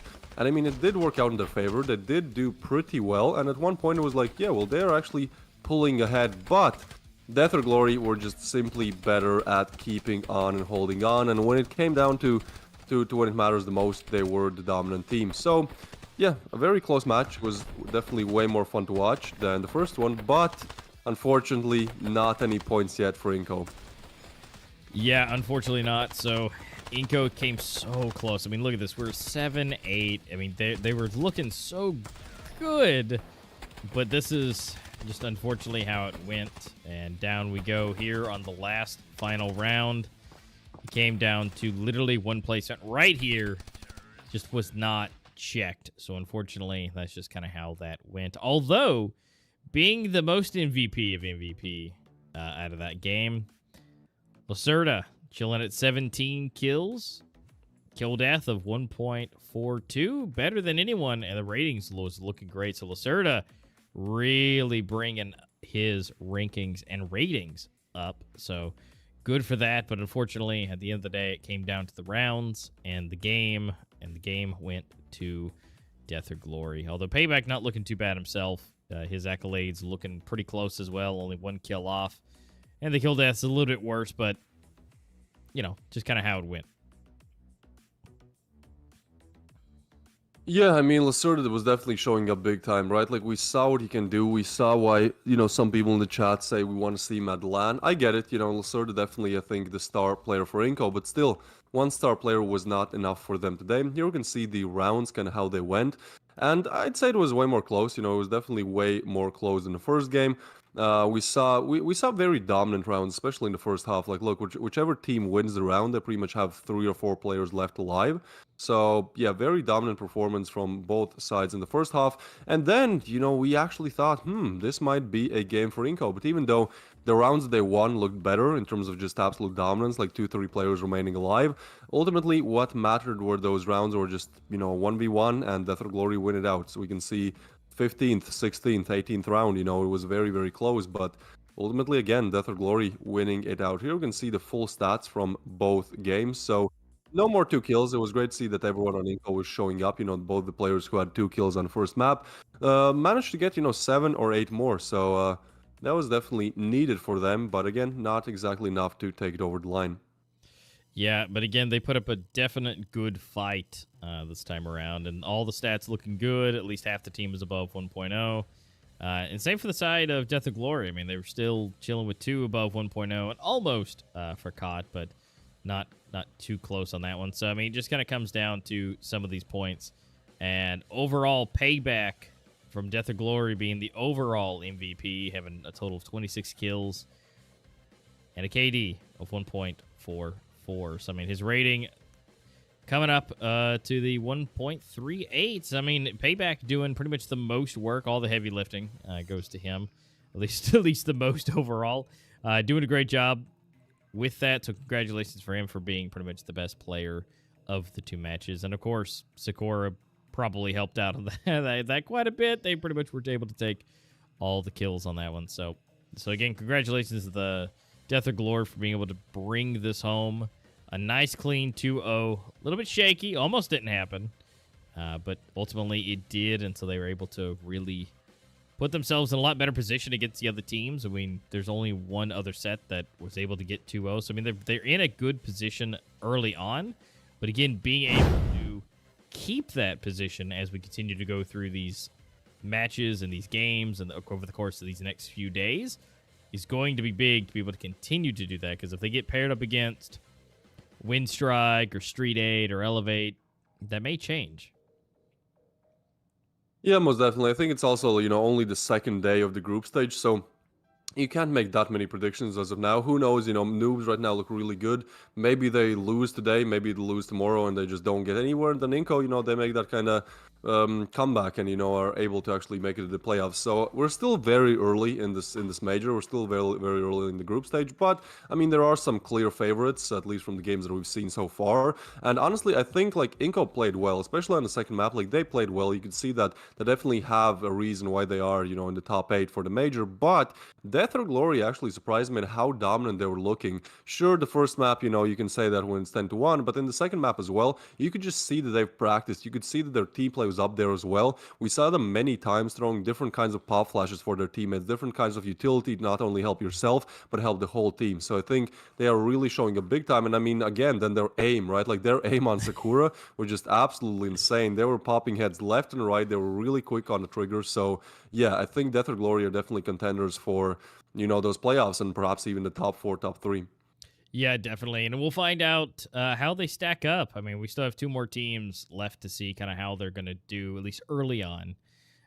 By all means, INCO could have got the, day 1 butterflies for their matchup here, and especially being on stream and, having thousands of people watching, it can provide a lot of stress. And so maybe the next one we see for them, it'll be able to do that. But overall, we'll have to wait and see. But for the most part, we're going to have a nice little clean montage here of all the best kills coming up from all of the games and all the matches while we wait for Elevate and STREETEIGHT to be able to get into the lobby and be ready. I mean, we get to see a lot of these kills here will be Death or Glory because, it was, 6-0. It got to 10-1. So a lot of these is just going to be basically a montage for Death or Glory in this first one. Yeah, I mean, on Sakura, didn't look too good for INCO. I mean, Death or Glory, again, just superior aim. Like, you can see in many of those clips, they get first bullet headshots, even with pistols. Like, that is hard to do, especially long ranges. So, yeah, that first game kind of shut off. But then, once you actually get to the second game, I mean, it was close. It was definitely close. I personally believed in INCO. I thought they are going to be able to do it. But, again, unfortunately, just falling at last second. But you can see from Death of Glory, that CT control towards mid was really good. Like, they were really good at taking aggression on the CT side, at taking map control, and then playing off of that map control and just kind of denying INCO any entries into any bomb sites here. But then, once we actually got to the switch, I mean, INCO still played good CD. And Death of Glory surprised us because they were very fast-paced on the breach side, on the T side. But now, when it came to T side on Province, they were just slower, but it still worked out in the end. But it was still close. I mean, look at the score. It was literally 7-7. It was just both directions. But then, at the dying embers of the game, INCO went for the clutch, almost able to get it. But then Death of Glory on 9, and INCO winning that very interesting round. And they was like, okay, well then they only need to win against pistols, right? They only need to win against pistols, and they don't. Payback gets their last frag, and that's Death of Glory on 10. Yeah, it's kind of sad at the end of this win. Again, like, that last round was literally like INCO against pistols. Sure, there were some upgrades. I think there was like one foul or something, but like at the same time, it was just pistols. So it's a bit sad to see them fall this way. You know, if they won that round. And play against rifles, the scene could have been different, but it is what it is, and we wish INCO the best of luck in the following games. Yeah, absolutely. So now they've got something that they can learn from, that they can able to do. Well, what we will be learning about will be Team Elevate and STREETEIGHT. Again, that's going to be our next matchup coming up. These teams, again, kind of well-seasoned, well-known names coming back up into the scene, onto your screen, and being able to show us what they have to make. I mean, these are the only teams we haven't seen yet. And as we roll through some of these matches, we'll find out, how Elevate has prepared for this and how STREETEIGHT has as well. I expect probably a little bit more out of STREETEIGHT just based off of their historical data that we've seen. But I really hope Elevate is able to do what they need to do as well and be able to at least take one, if not both rounds themselves. I'm curious to see Elevate play and see what they're able to bring. Again, Elevate, we know of the name from many places, and I'm excited to see the Standoff 2 team go about what they can do. Yeah, I think Elevate is definitely not a name to be messed with. Like, again, there's like 3 or 4 mobile games where they have like top teams, so they know, the organization knows how to build top talent, how to pick top talent, how to build top teams. So yeah, it's gonna be interesting. I don't think we actually saw Elevate at the minors, so it's gonna be interesting to see what they can do. I think they're gonna have a lot of great players, obviously, but that factor that they haven't played together for that long might come into play. We'll see how that kind of goes about. On the other side of STREETEIGHT, I mean, they definitely have been playing together for a while. Here we can see the lineup. It's Mysterio, SLV, Odzor, Not Toxic, and Flaxies. I think that's what we decided last time we casted them. But yeah, they're definitely a team that has played together for a while. We saw them play very well in the minor. I mean, they were definitely beating top teams. I think they beat Saints. So they're definitely a team not to be messed with, especially Mysterio. He was so good in their minor. I remember just him getting all types of kills. But here we can see, yeah, they were found in 2017. So they've been around. They are definitely been around. They've done their fair shot of just being absolutely amazing. Yeah, and their main thing for STREETEIGHT, their little card here says they failed many times, but they always climb back up to the top of the rankings. I mean, they're definitely a team that does not go down easy, and they're very, very well seasoned. I mean, 2017 is quite a long time to be able to be around, so they have a lot of experience. And here's some of their past matches of the more recent events, but they didn't do too great against Saints down there at the bottom, but did great up against Death or Glory, Team Coyote, Saints on at least a best of 1, and then also again Death or Glory again. So really it's just coming up to one game of the best of 3 where they just kind of got obliterated down there. I guess it'd be best of 5 because they got 3 wins for Saints. So it just didn't go too well on that one, but overall they have great rankings and wins across the board. And Team Elevate, though, new. I also got one person not showing his face. We're looking at you guys down there on the end, but looking pretty good. Deserve, Cuba, Not Broken, London, Determined.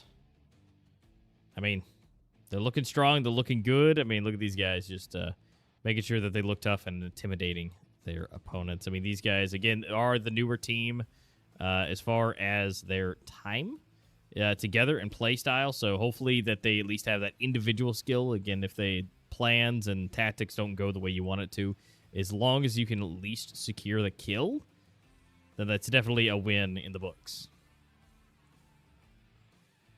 Yeah, most definitely. They have picked up some new players. I mean, we saw Not Broken playing in the minor for a different team, so they've made some pickups. They've made some recent pickups, but we can see they've actually been together for quite a long time. So they're actually one of the earliest existing teams that perfectly showed itself in the Critical Ops. And then, they moved on. They moved on Standoff. So they also have a Standoff team now. And it's going to be very interesting to see how they play, because I think Critical Ops are quite similar. And because of that, it's possible, especially for the leaders of the teams, to kind of understand, what works for one game works for the other one. So we'll see. We'll see how it goes. If we look at their recent results, I mean, they have won some teams, for example, Absolute, but then they lost to Implication Esports. Winstrike not even getting a single game against them, then winning Necessary in Fallen King. So, I mean, yeah, I think definitely in terms of recent results, STREETEIGHT are doing better. I mean, they only lost that one best of 5 against Saints, but that was in February. And after that, like the rest 4 games that they showed us were from like a week or 2 weeks ago. And so they've pretty much on a win streak. They're on a win streak against top teams, for example, like Saints, like Death or Glory. So I think for now, the predictions will definitely favor STREETEIGHT. But if you look at the players and their ratings, I mean, Not Broken, yeah, he was just a star player in minor. He definitely did not get broken. So he has the highest rating out of all these players playing for the side of Elevate, 1.25 rating. That is pretty hard to achieve. So many kills as well. Such an experienced player. We can definitely expect great things from him.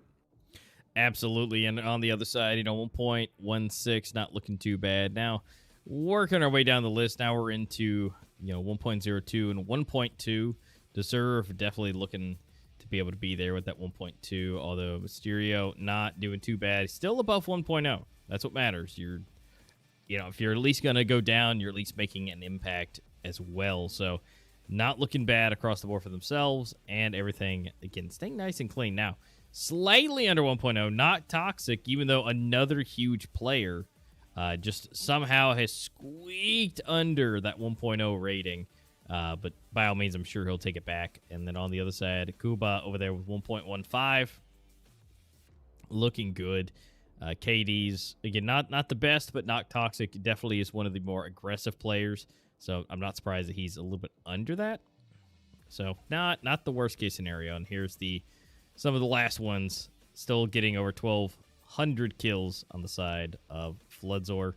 And again, 1.0 or 9.8 and then 1.04. I mean, they're staying close, and they're just right on the edge of that 1.0. Yeah, most definitely. It's interesting to note that Elevate actually have, like, all of their players individually have better ratings than STREETEIGHT. But if we look at the recent results, well, STREETEIGHT definitely have better results. So I think what we could expect coming in from Elevate is just that their players individually are very good, but there's just something not exactly working to the highest standard in terms of their team play. Because rating-wise, they look great. Elevate are going toe to toe with top teams like Winstrike, like Revile, just off of pure rating. But if again we look at recent results, well, they're not exactly doing as good as Revile or Winstrike. So the question is why? And I really think it could be down to their teamwork. Now we'll see. I mean, I'm not going to make any early predictions, as we do know how that one usually goes. But yeah, Elevate looking very solid in the individual rating department.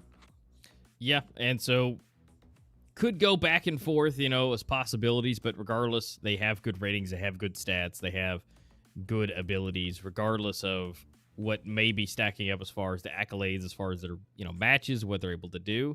Still being able to do quite a lot for the team as the matches that they have played. And, the matches that they did win, they won pretty well.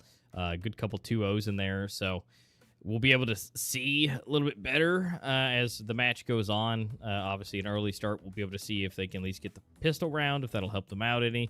But STREETEIGHT is, again, no slouch, so they're definitely going to be able to give real challenge to Elevate, regardless of what round we're going to be playing in, whether it's pistols or if it's full rifles.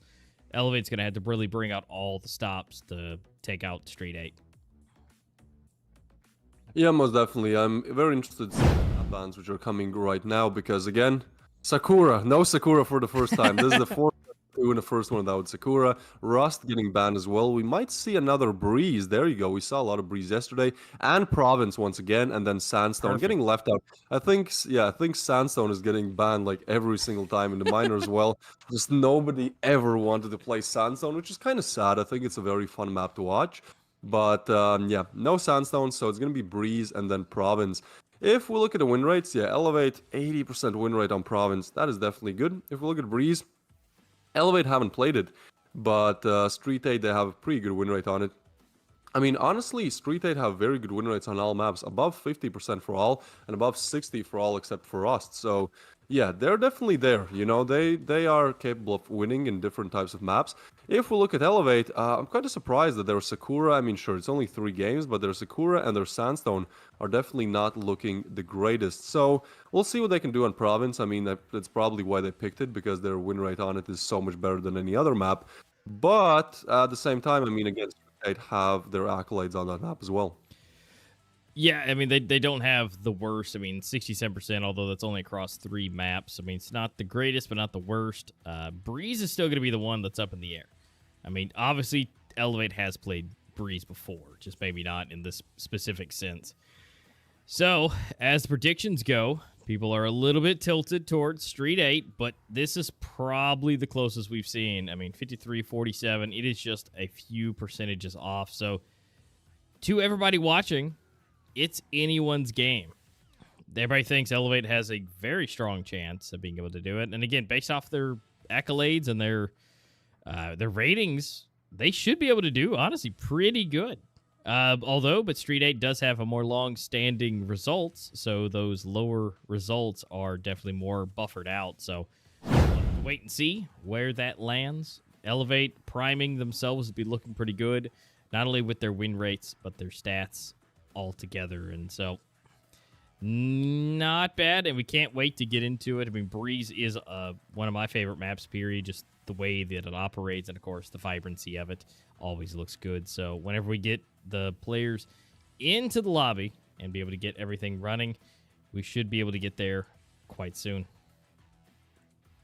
Yeah, most definitely. I think you can't look at the stats, right? Because in this major, like, all stats are thrown out the window. You know, we saw in the last best of 2, it was like 40% of people said that INCO are actually going to win, and then, you know, they go 1 to 10 on the first map. Sure, they put up a good fight on the second, but it's like, yeah, these stats don't really mean as much. Still, I'm gonna cast my prediction for STREETEIGHT. I still think that they're definitely in a better position, but again, you know, Elevate, they've definitely done their due diligence. They've definitely practiced, so I still think they have a great chance, at least taking one map on. Again, I think it's going to be 1 for 1 for each team. STREETEIGHT will probably have a better round balance, in my opinion. I think they might just steamroll through Elevate on Breeze. But once they actually get the Province, it's going to be a close game, and I think Elevate can ultimately take it if they try to. Yeah, I think so too. I mean, the fact that Breeze is the kind of wild card. I mean, Elevate could do pretty good. They could do decent. I mean, yeah, or just entirely terrible. Again, steamrolled is a possibility because Breeze, the way that it needs to be played. Again, I'm sure Elevate has played Breeze plenty, but STREETEIGHT having a lot better and more seasoned abilities in it definitely puts them in a bit of a favorable spot with that. So, with that being said, again, we're just waiting for the players to get into their lobby and to be ready to go to show their faces and to find out who's going to be the first victor of the first match. Whether that's going to be STREETEIGHT or Elevate. Again, that's going to be on Breeze. So, I mean, when it comes to Elevate and their historical information, I mean, just it looks good. And even from past, from, you know, being from other games. I mean, that being from other games, including Critical Ops, makes it to where they have a little bit more, you know, experience, you know, well-rounded experience, you know, from other places, other areas. So, I don't know. That may come in handy for the fact that, you know, they are not necessarily as old of a team in Standoff 2, but still in the same year as some of the most eldest teams here in the Standoff 2 scene. Yeah, most definitely. I think Team Elevate, again, they have huge experience, and maybe not as huge in Standoff too, but again, it's a huge organization. You know, they have players that are very experienced, very good, and you know, top one, top two team in other mobile esports. So it's like they definitely know how to pick a team, how to pick players, how to build a team, how to create chemistry, like all the in and outs of like making actually a good team. So I think that's why they've made it to the major as well, the group stage, and I don't think it's an opponent to just kind of look over. No, definitely not. And all those things come into play. And I mean, we may also, the nerves shouldn't be there for either one of these teams based off of their experience. But again, that chemistry and being able to do what they need to do here today in this exact moment, there's a lot of variables and a lot of factors. Now, obviously, we'd love to see all of these people make it, their way to the LAN and be able to do what they do, in basically the best case scenario altogether. But ultimately, only a few can make their way to that. And so, again, they've got to be able to secure these rounds as much as possible and be able to take these wins and just be able to do what they need to be able to grab those points and make their way, hopefully, to the playoffs and then into the finals. Yeah, I'm really excited to see how Not Broken plays for Team Elevate, right? Because in the minor, he was playing very well. I think he was a very well-rounded player. His aim was good, his positioning was good. He had that game IQ where he could go for clutches and actually attempt them and sometimes win them. So, yeah, it's a very interesting addition. It's a very exciting addition to Team Elevate. I think he's definitely going to be one of the more, star players. But yeah, we're gonna see. We're gonna see what Not Broken is able to do, because I think that's one of Elevate's biggest hopes and biggest chances where they can actually win it, is if Not Broken plays amazing and then the rest of the team really shows up as well and help him and aid him in order to win at least one map. Yeah, definitely. So there's a lot of variables, and again, we would love to just go ahead and throw those out of the way, in which case we will be doing that absolutely now. The first map is underway, and we're going to be flying into that first round of the first map for Team Elevate versus STREETEIGHT. All right, so here we go. Seems like STREETEIGHT are starting on the T side. And they're all just rushing A. All right, this is a quick approach. Yeah, they're not slouching at all. They're just flying up towards A. But it seems that they're going to slow it down a little bit. Go hang out down through the underground, going into the spa area. And Floodzer actually gets one. All right, now it's all traded. But still, 3 players on A bomb site. They haven't really attacked it so much yet. They spot 1 player, get away. Still, they're so committed to A. Okay, Not Broken. There you go. That's his first kill. Gets one with a nade. What a way to open up a game. Still, A side being pressed. 2 players very low. Falls as well. Now SLV, he can't do anything, and now it's all left up to him. 1v4, he's trying to run away, he's trying to hide. He hears the opposite player, but I think they know. He's getting cornered. He somehow able to find one headshot. That's seriously impressive, but nothing more than that one. And that's Team Elevate taking the first. I think STREETEIGHT, they should have just either rushed A, or when they went there and understood that, rotations have happened, just rotate towards B. Because it was like they went A, but they weren't really confident in their decision, so they just kind of, waited around, and that ultimately led to their demise. But, I mean, now they still have another chance. They have bought these P250s, so it should be interesting to see if they're able to do something with them. And it seems like this time it's B. Hopefully they don't stop and, just wait close to the bomb site. So they're going to go B. Maybe some players boosted towards mid as well. That nade might deal some damage, but it is not. And Elevator doing very good in terms of positioning. Now they spot him. Now rotations are coming in. Deserve playing close range with the shot. He gets Flodger, gets another one. Deserve, so insane. And another shoddy kill coming in. Just shoddies raining down on STREETEIGHT. Everyone going down. Just shoddy apocalypse. And that's Elevate on 2. Great round by them. Wow, Deserve just rocking it out like nobody else. 4 out of 5 being taken down by his just outrageous ability. Look at him showing us off, letting us see exactly what took out the entire other team. I mean, just great. We see 1, then 2. He tries, he gets the 3rd. And we do see Kuba actually help out for the other one. But ultimately, again, 4 out of 5 is impressive nonetheless, even if it is on pistols. I mean, he's still working at a disadvantage with that shoddy and just still making it work out. Now, It looks like it's going to be a hard push for B. STREETEIGHT's going to try and see what they got. Not broken, trying to do a little bit of extra damage, but doesn't look like seeing anything's going to happen. Okay, Flazzer finds one. Flaxy burns to his death, but Kuba quick under refrag.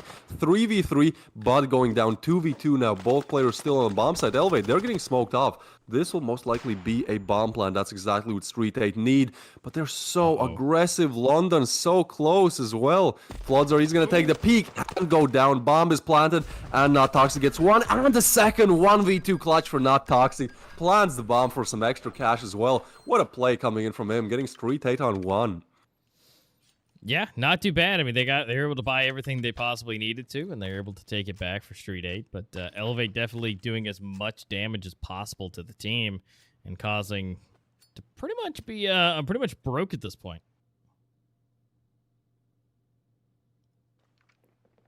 It seems like to me that STREETEIGHT are really taking the death or glory approach to the D side, right? Like, they're just so quick, they're so aggressive. Sure, it doesn't work out in the first 2 rounds, but then, I mean, they do it again. They just rush B, and it works. So it's going to be interesting to see if they continue with this play. Yeah, this is just an absolutely beautiful clutch by Not Toxic.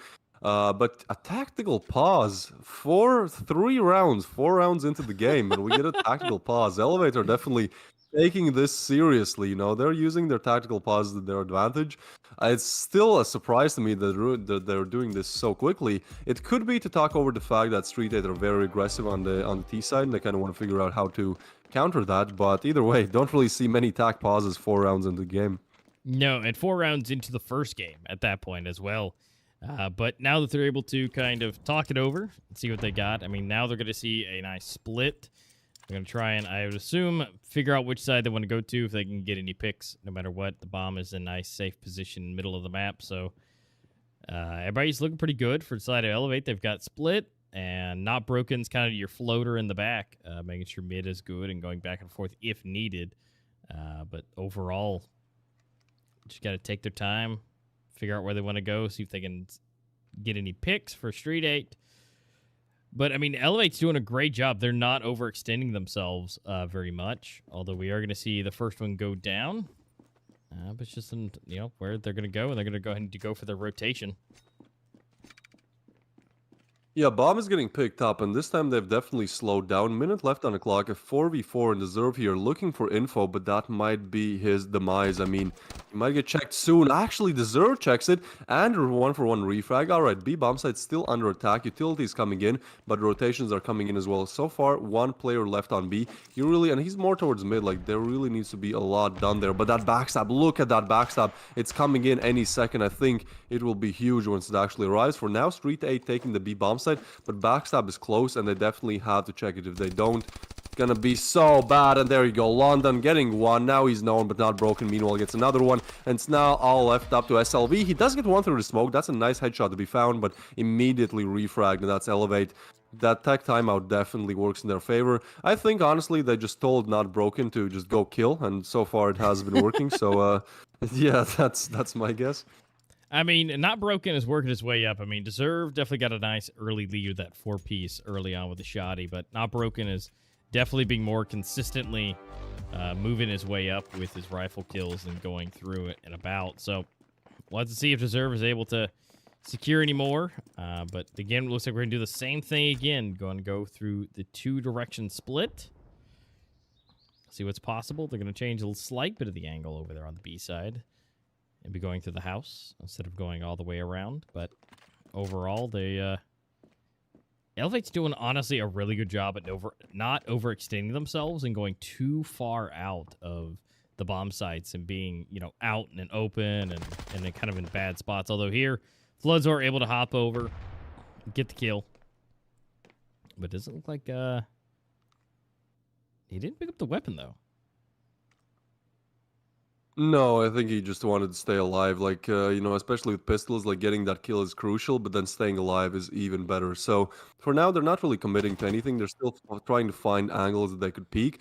And honestly, Elevate are doing such a good job at like getting some info and then getting back, right? Like, for example, London here, he jiggle peeks a very long angle, but doesn't keep pushing it. He just, you know, goes back, but now he has info about map control coming in from STREETEIGHT. And we can see the same thing happening towards B long as well. So that's really smart. But meanwhile, they're pushing on the side, and wow.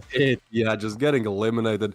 Those pistols are not going to take Team Elevate down. In a matter of 4 seconds, 5 players get eliminated, and that is Team Elevate securing their 4th. And now Street 8 will buy up, approach it in a different style. But yeah, so far, Elevate doing a great job, as you said, at just kind of not over-aggressing, but still getting a lot of info. I think if you can find that sweet spot, it's going to be really good for you, because then you kind of have info about map control, but also you're not just dying, by needlessly pushing up angles. So yeah, they're doing a good job for now. 4 rounds on the board. And we're getting into the 6th round of play, with Street 8 having bought up and just aggressing towards B again. Ooh, those are good double nades.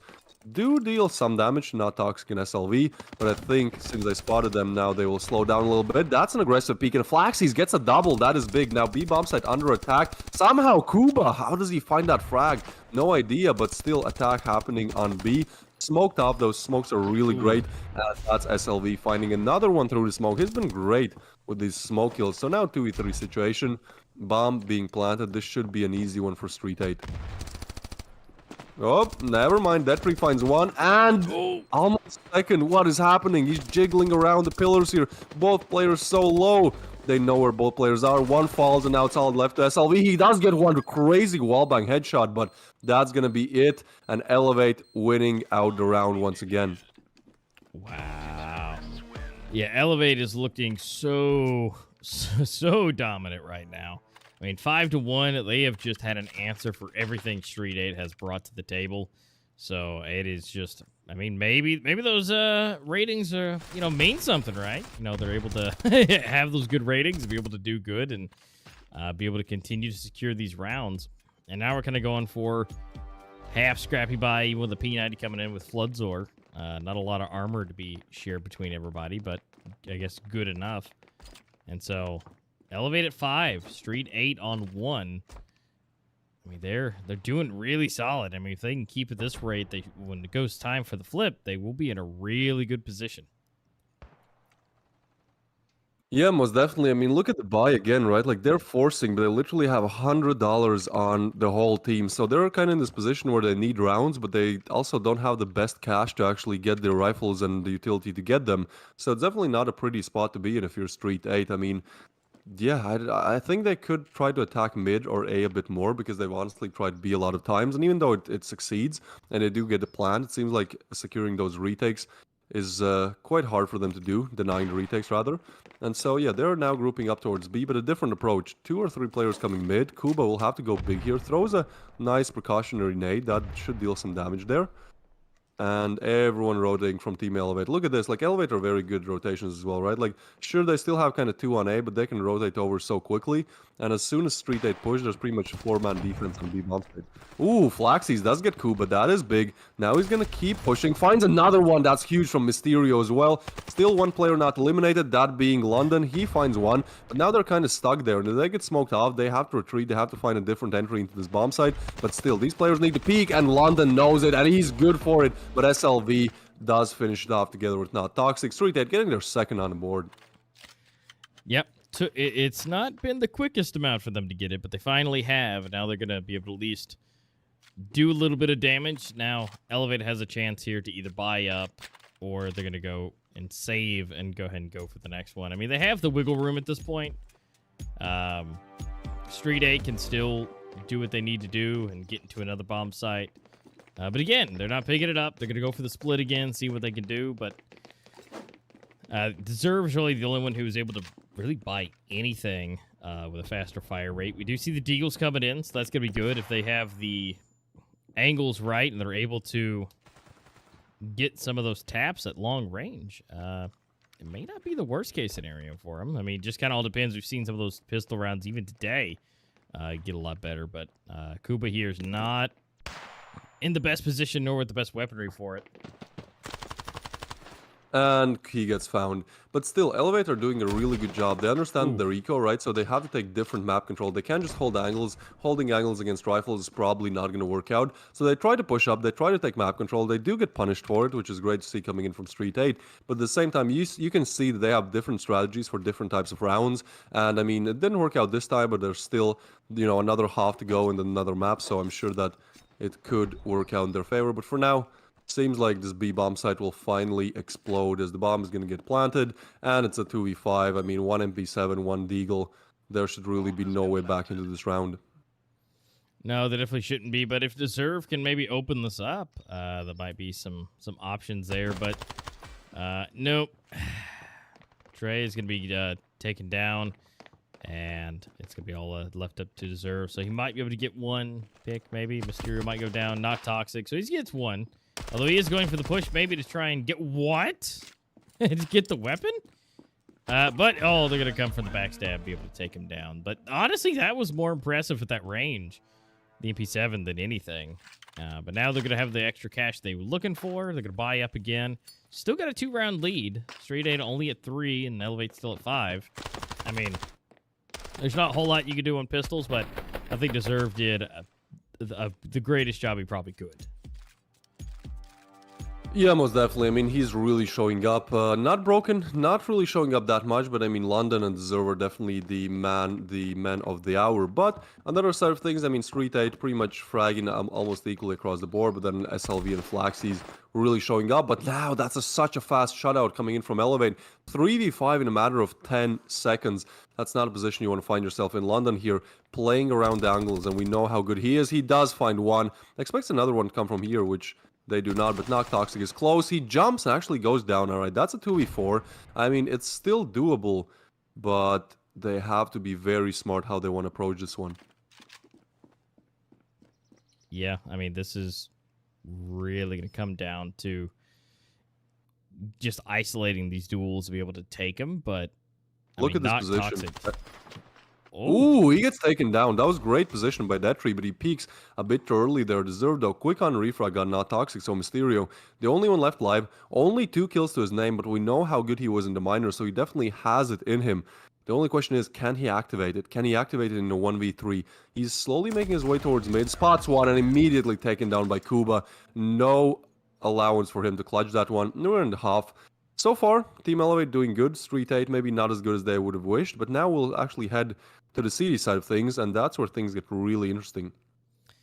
Yeah, and I mean, Elevate looking good. They're a nice lead. They're being able to do pretty much anything at this point, and here's the problem, at least for STREETEIGHT. I mean, if Elevate's able to get this pistol and the round just after that, they're going to be chilling in a really nice spot, and all they can do is get 2 more rounds, and they can just take this first one. And again, this is the one that we were kind of up in the air about. You know, we didn't have a whole lot of data for Elevate for Breeze.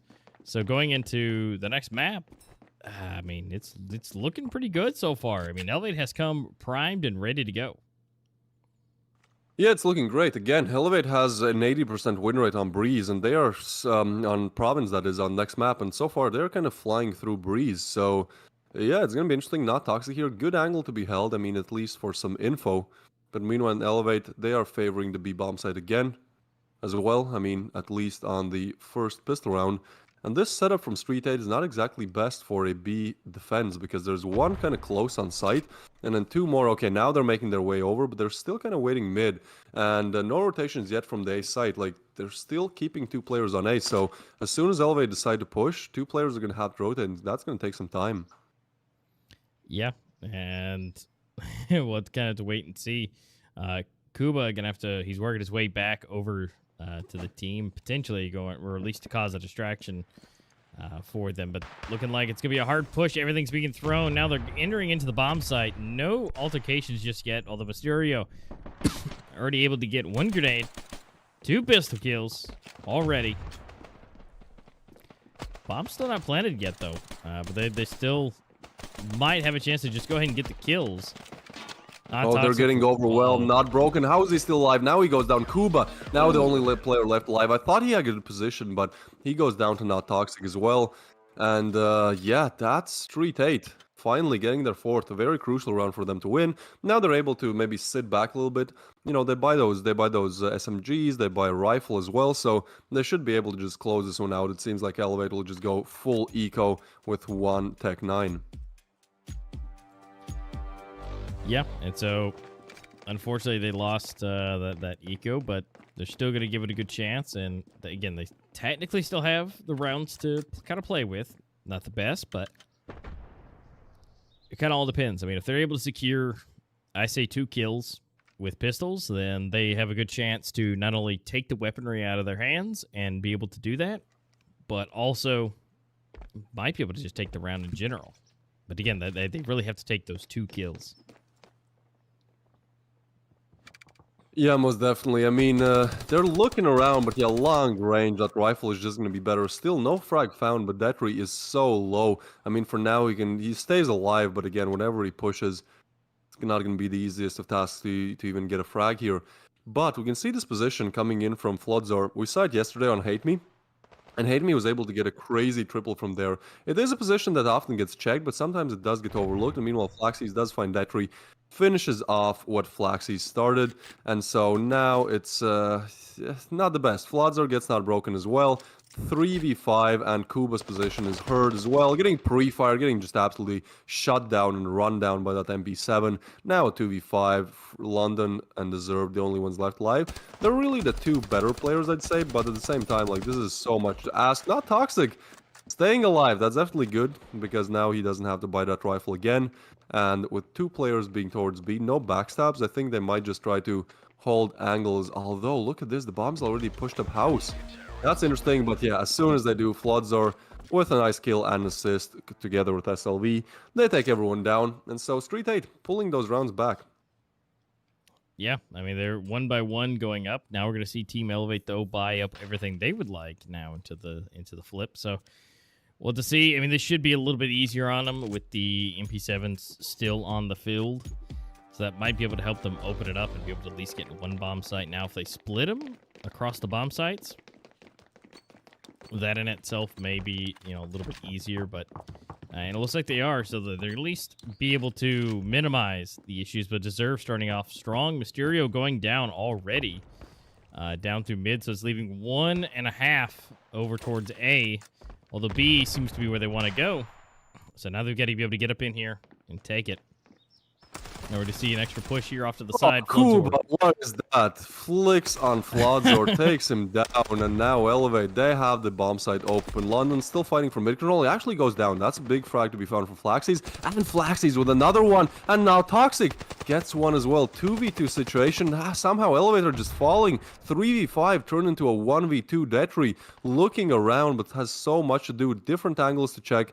As soon as he plants, he'll get peeked from 2 different angles. This is just a lot to ask. He's trying to isolate his gun duels, does find SLV. That's a big frag, knows where the last one is. Now he can play it a little bit more slowly. Flaxies is also very low, but same as Detry, and he goes down to Flaxies. Flaxies is playing so well. 14 frags to his name, 3 in this round, and just keeping STREETEIGHT in the game. Yeah, and now we're at a tie score line, 6-6. I mean, STREETEIGHT is definitely bringing it back. I mean, this was huge. Kuba here. I mean, that was a nice flick to be able to push for it. But, I mean, Flaxy and just being able to get that 2-piece there and then his third, I mean, looking good. I mean, 1 player has to activate usually, and that helps out. I mean, right now, Deserve is kind of the one for Elevate. So if he goes down, that's kind of what happens. But, Flaxy is over there with 14 kills, close to the 16 Deserve has. So, I mean, if they can... you pretty much know exactly which player to take out anyways, and if you're left into a 1v2 or 2v3 situation and one of those players is still alive, it definitely puts you in the best case scenario. Almost definitely, but again, this is a very close game. I think STREETEIGHT are really starting to show us why they really picked Breeze, because their CD side, it's good, especially if Floods are getting this frag. It gets even harder for Elevate to do anything. I mean, sure, they have pistols, but at the same time, they should be able to get at least few frags here. But London is low, and Kuba is low as well. Oh, that's going to be huge. Although London was super low, but that's definitely going to take another person out of the mix. And now we go Kuba going down. It's kind of falling apart. I mean, there's only so much you can do in these pistol rounds, and so it's kind of best case scenario. But at the end of the day, it's all up to Not Broken. He is able to secure 1, but unfortunately, that is it. And now, STREETEIGHT taking the lead. Elevate having to play catch-up a little bit. But now, it's their chance yet again to buy everything they want, and give it another shot. Yeah, most definitely. Look at this. Flaxy is just a perfect nade and then gets another one. He's really playing out of his mind. Gets a quad kill in this round. He's gonna be on like 20 bomb on this map. 18 frags to his name. I think that might be one of the highest individual KDs, highest individual kills that we've seen for a long time. Now, Elevate, they're gonna try their luck on B again. Oh, Flodzar, he's so flashed. Look at how flashed he is. He's just struggling to find anything, but somehow they do. Flodzar gets one, Mysterio gets one, and now it's all up to Deserve and Detri, and they know where they are. Not able to get the frag. There you go. Now it's only Detri.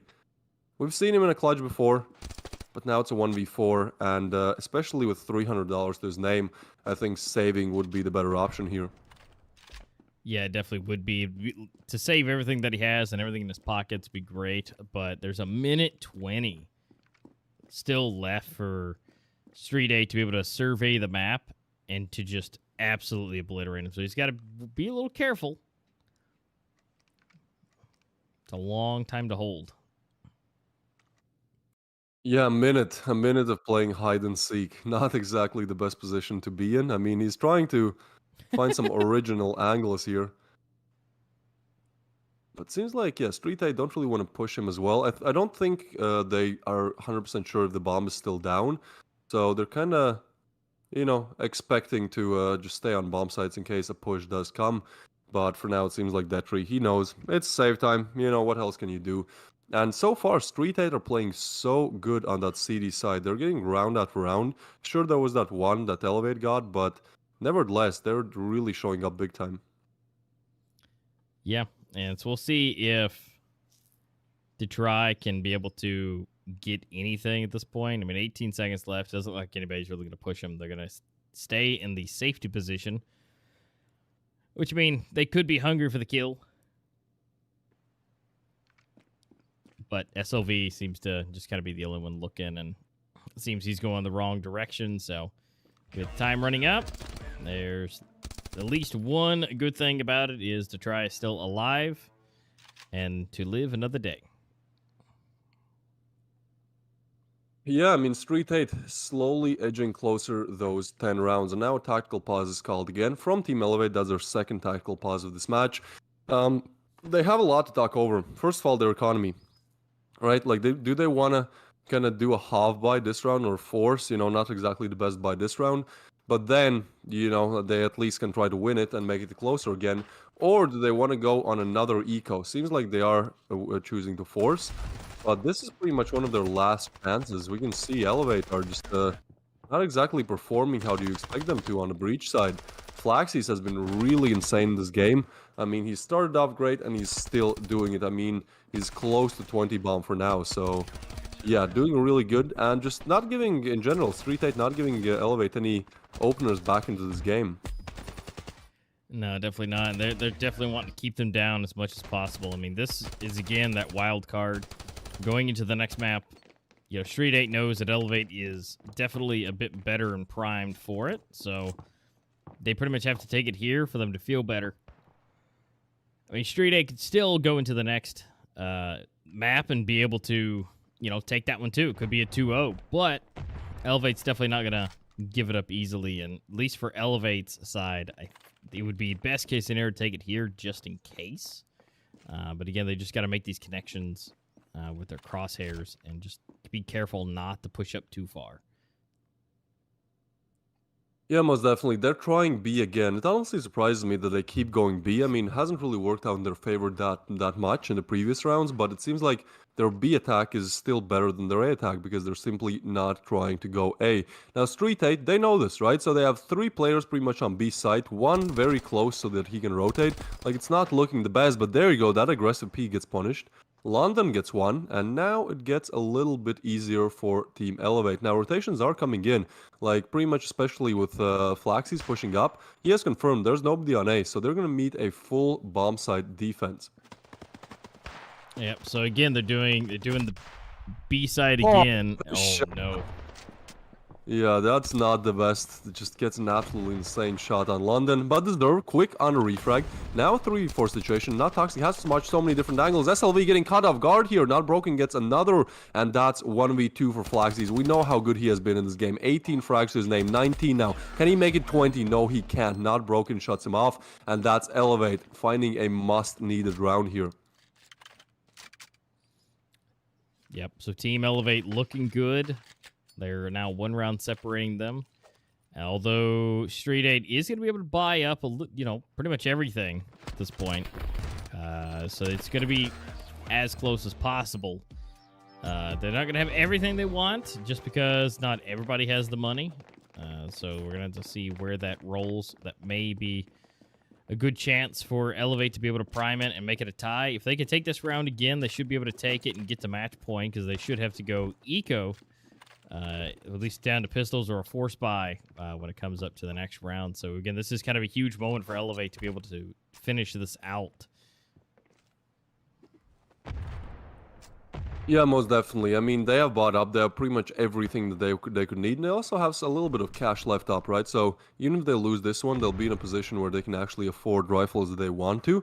But this is still a must-needed round. And look at this. The backstab is coming in from Mysterio. He's already getting so much info. And, I mean, she's very primed for getting some frags as well. We can see he's slowly creeping up. Slowly. But I think any second now, Elevate are going to have a very nasty surprise here. Mysterio, just look at how slow he is. Just does not want to make a single peep. But actually now he hears those players, peeks in, finds it, but trigger patience is there. Oh, Mysterio, how many can you really get? Gets one, scopes in, gets almost a second, but Deserve just so quick on the flick. You kind of expect it double there. Still a lot of info for STREETEIGHT. Look, everyone has rotated towards A, but look what that has done. There's one player on A. Not Broken. He's gonna find the frag as well. That's such a good play coming in from Team Elevate. Now they're rotating over. There's 3 players that need to make it to the A bomb site, and A is already cleared, so it's really a run against clock here. Not Toxic still trying to clear the bomb site. He knows that Not Broken is close, and they do take him down. So now A is no more a place he can easily just walk to. But they think it's B. They think it's B. Oh, what is happening? These are some 300 IQ strats coming in from Team Elevate. They're going to find the A bomb site open, and STREETEIGHT, they are up for a very nasty surprise. Now they're all making their way towards A bomb site again, but this time it's a little bit too late. The bomb is going down, and 3v3 retake is underway. They are getting their absolute cardio in today on this round. I mean, they are just flying around everywhere. And look at this. Look at to try in the back. He has got a long range if anybody tries to peek from any kind of off weird areas. And then here we go. He's not able to secure it, but Kuba here, he's waiting for the cue. Oh, and he is taken out. All right, STREETEIGHT, they are 1 round away, and let's look at Elevate's economy. Like, they can buy, but people like Not Broken, players like Not Broken, Kuba, and Detri, I mean, they're not going to have rifles, right? So this is a very tough ask, especially with how their T-side has been, where they barely get 1 or 2 rounds. Like, this is just so much to ask. You're asked to pretty much win more rounds that you've won so far on the T-side, pretty much without any mistakes, right? So this looks very well for STREETEIGHT if they want to take it, but there's still at least 1 more round to go, and this time Elevate, they don't want to go B anymore. They want to try their luck on A. Let's see if Lady Luck does smile to them. Yeah, this is going to be just not great, especially with Try already getting taken out. Although, he's not exactly been the top fragger for everything, but, now that's an extra body, an extra distraction, not here. You got taken out. So, 4 versus 5. They're going to try, it looks like maybe for A. Because B kind of has just not worked out a whole lot at all. So, Not Broken in possibly a good position here. Trying to scoot around. Mysterio still not being taken out, but Deserve being able to at least get 1. Mysterio trying slowly. Not Broken might have some altercations here, in which he does. He's able to get 1. Oh my goodness, and 2, both headshots. Able to swap out, get a better rifle, and Not Broken as well coming in, picking himself up 1. Mysterio, I don't know if he'll be checked here. I mean, he's in a good spot. I mean, he is actually going to get pushed and barrel stuffed by Deserve. And now it's left up to Not Toxic by himself to be able to finish this off. So this is looking extremely good for Team Elevate. And it looks like Not Toxic might just hang out and save. He does get the headshot on London. But for Elevate, I think they shouldn't push any further just to make sure they keep the weaponry. Yeah, Team Elevate, as soon as they go A, it works out for them. I think we're going to see more A-side pushes coming in from Team Elevate because that B bomb side was just, you know, secured way too well from STREETEIGHT. So for now, I mean, Not Toxic is going to save. Probably, I don't think he's going to be found, like players are a bit too far away. But yeah, great performance there by Elevate. I mean, again, like STREETEIGHT got the opening kill, so it was 4v5 and still they were able to turn it around. Turn it into a 1v3 nevertheless, so doing very good for now, but still 2 more rounds to be found. Look at this, Not Broken, finding one and the second. That was such a crucial double there. And then Not Toxic, I mean, he does eliminate London, but that was pretty much all she wrote. So yeah, we are heading into the last stages of this map. This couldn't get really more exciting. I mean, Team Elevate, they are, again, okay, they're going towards B, and maybe some players towards A. I think they're taking the slower approach. They're probably going to just try out different angles, different map controls, and see what they can do from there. No Toxic, though. He has pushed up here. That's a bit of an aggressive position. Seems like he knows it, so he goes back. But Team Elevate yet to commit of any of these bomb sites. Yeah, nothing just yet. I mean, I think if they could find that first opener, that'll definitely help them secure whichever way. They're definitely holding down for the most part. You know, mid's looking pretty good. They just, again, got to find that kind of opener, that pick, to see wherever they can go. Because, again, this is match point of any game for STREETEIGHT. I mean, they only have to win 1 more to be able to take it and elevate for 2 more. So, and see, this is best case scenario for Elevate, though. If they can take this round, then they're both going to be on match point. And then STREETEIGHT should be very, very broken as far as their economy goes. So, really, best case scenario, they take it and they have an extremely good chance at finishing it off.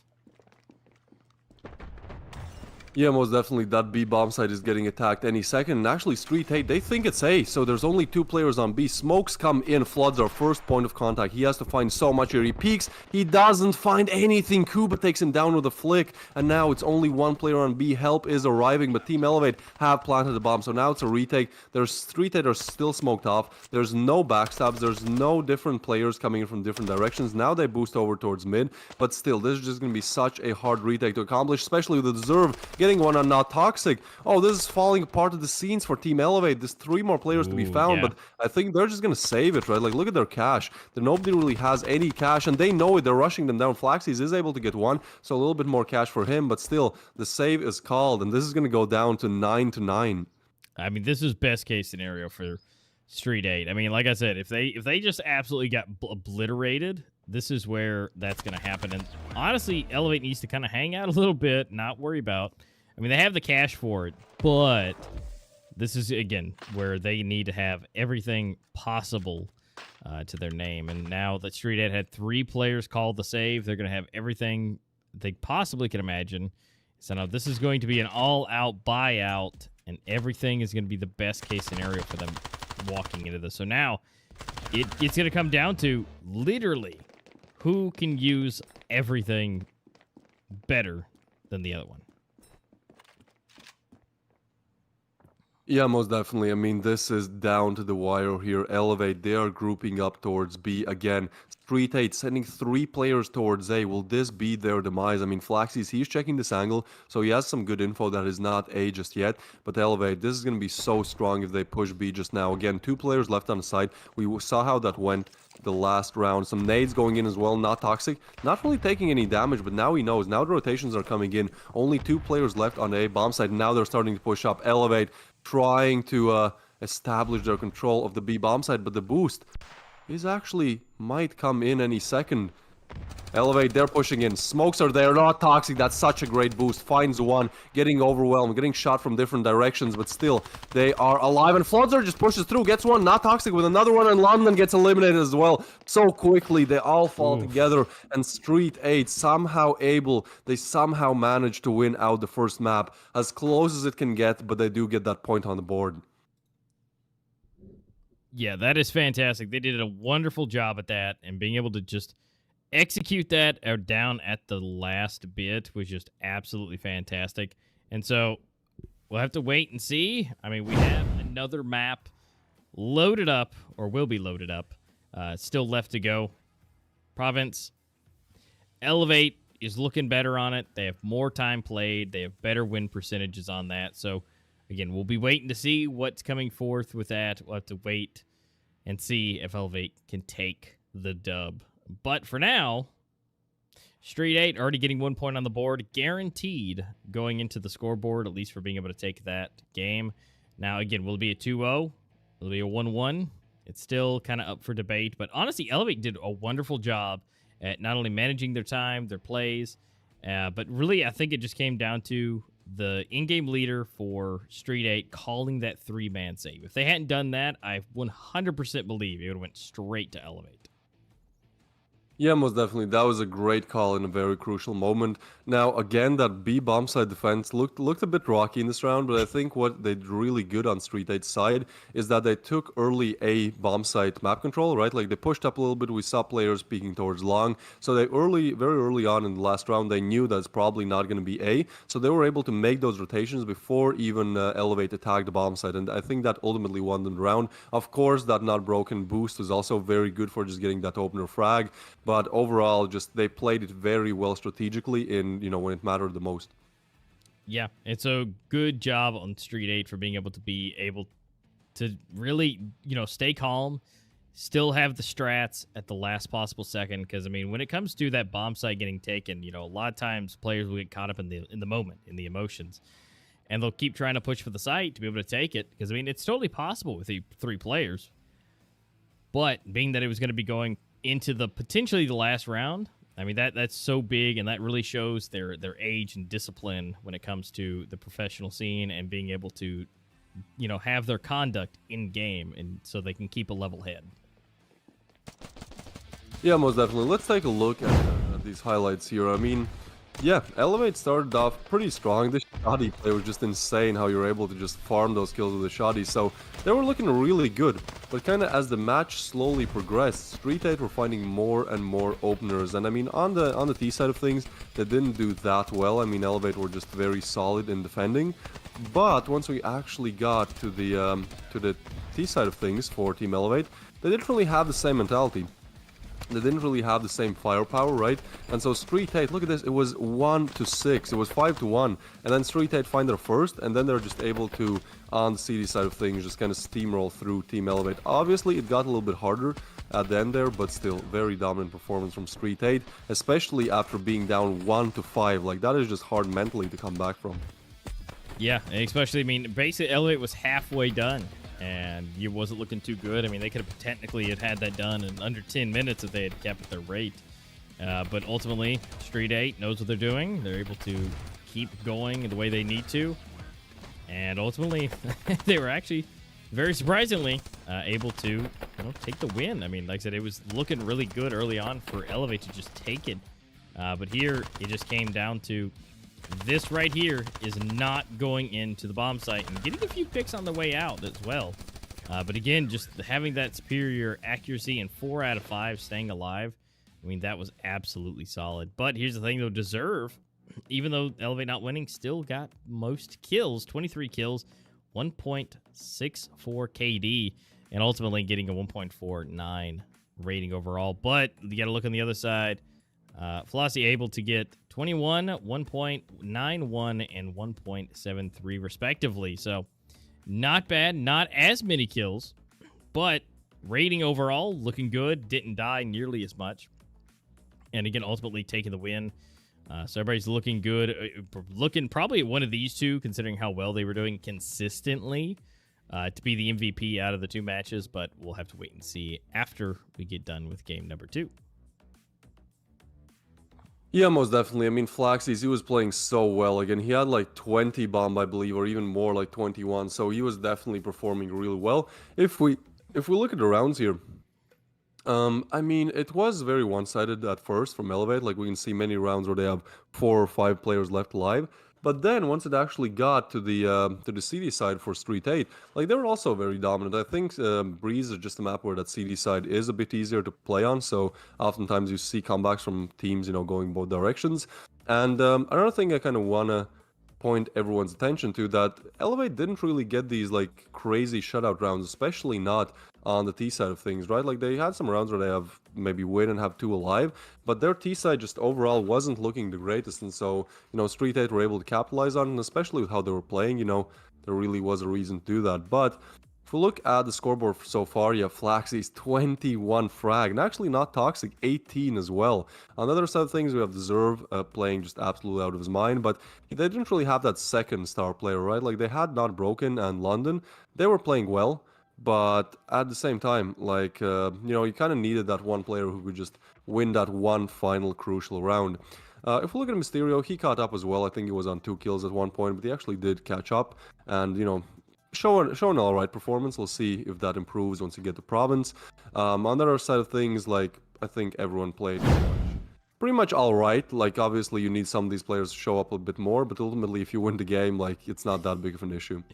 No, I mean, the ratings are, a great indicator, but again, it's all about the team play, and ultimately, it's about taking the win.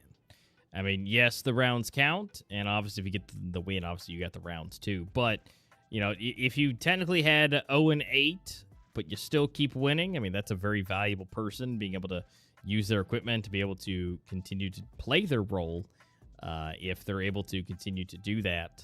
And so, again, it just matters when it comes down to that. But what matters the most is game number 2. We'll be rolling straight into that one. We have one more on the docket, and let's see, again, is Street 8 or Elevate going to get the dub? Is it going to be a 2-0? Is it going to be a 1-1? We'll find out right now. Yep, here we go. Province is underway, everyone. So, Team Elevate starting on T side, Street 8 on CD side, and no pushes yet. 30 seconds run down the clock, and both teams just kind of making the slow approach to this game, which I think is smart. I mean, they do know how important it is to win this one.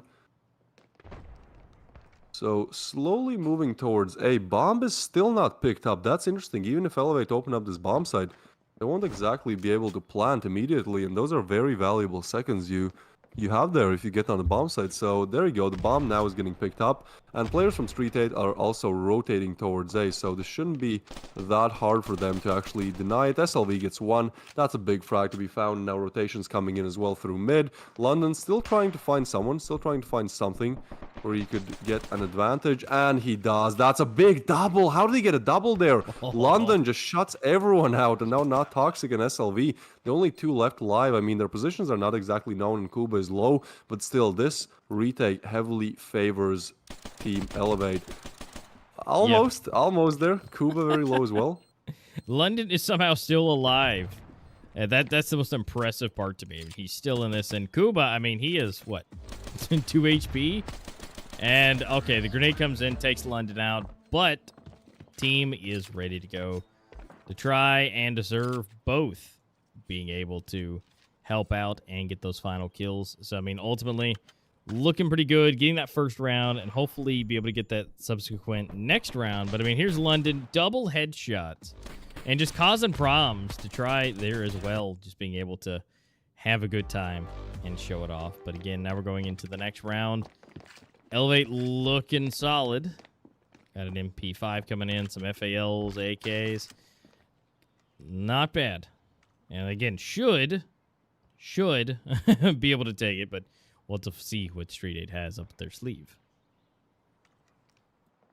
Well, they have a triple from Deserve. That is crazy. Elevate just opens everything up and shuts everything down. SLV, the only player left alive. He is towards B. I think, yeah, at this point, just try to look for some exit frags. That's really the best you can do. Bomb is still not retrieved, but I don't think that'll cause any issues. And they're still not planting. They're just looking for that last kill. I mean, I respect it. I mean, if you plant it, you get more cash, but I think SLV might be found any second now. He is in kind of a good position where he can't really get spotted from many different places, but at the same time, like, he's stuck, right? Like, there's players on both sides. They're slowly creeping up. I think they've already cleared spawn, so there are not many places left where SLV could be. Now the bomb is planted. I think he'll just look for some exit rifles, but so far, people actually rotating away from him. Yeah, I mean, at least with the bomb planted. Oh, here we go.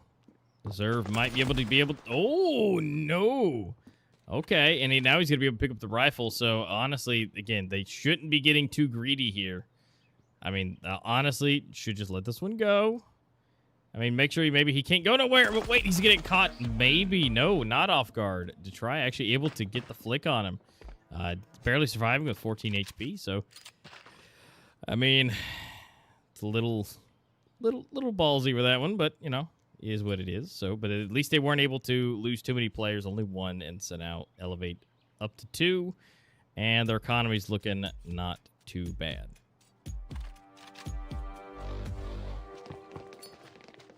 Yeah, most definitely. I mean, Detri, he has 3 kills to his name, no deaths yet, so he's showing up. He's like that's what I said, right? Like, we need one of these players who's maybe not performing as well to really show up. And for now, that's definitely Detri on the side of Team Elevate. Now, that nade is very interesting. But either way, STREETEIGHT are, again, very aggressive on their CD side, very aggressive at taking map control. And they do check this angle, they don't see anyone, so that's going to give so much info about the whereabouts of Team Elevate. Now they know that it's most likely not going to be B, and they probably hear these footsteps, so they are making rotations in real time. Yeah, at this point, take it a little bit slower. They want to make sure no mistakes are made. Bomb has been picked up this time. We got 3 on A, so it's probably not the best decision for where they're going. But oh man, all right, he tried it. You know, sometimes you gotta try that trigger patience, but in that case, it just does not work out in his favor. No, it does not. But hey, that's going to be looking good for Elevate. Again, getting this early start. And so now, that doesn't really help the bomb side. There's still 3 of them on there, but again, it just kind of hurts them a little bit more. And we are now going to see Floodzor go down. We're going to trade back and forth, but still we got SLV and Mysterio left. Kuba does go down.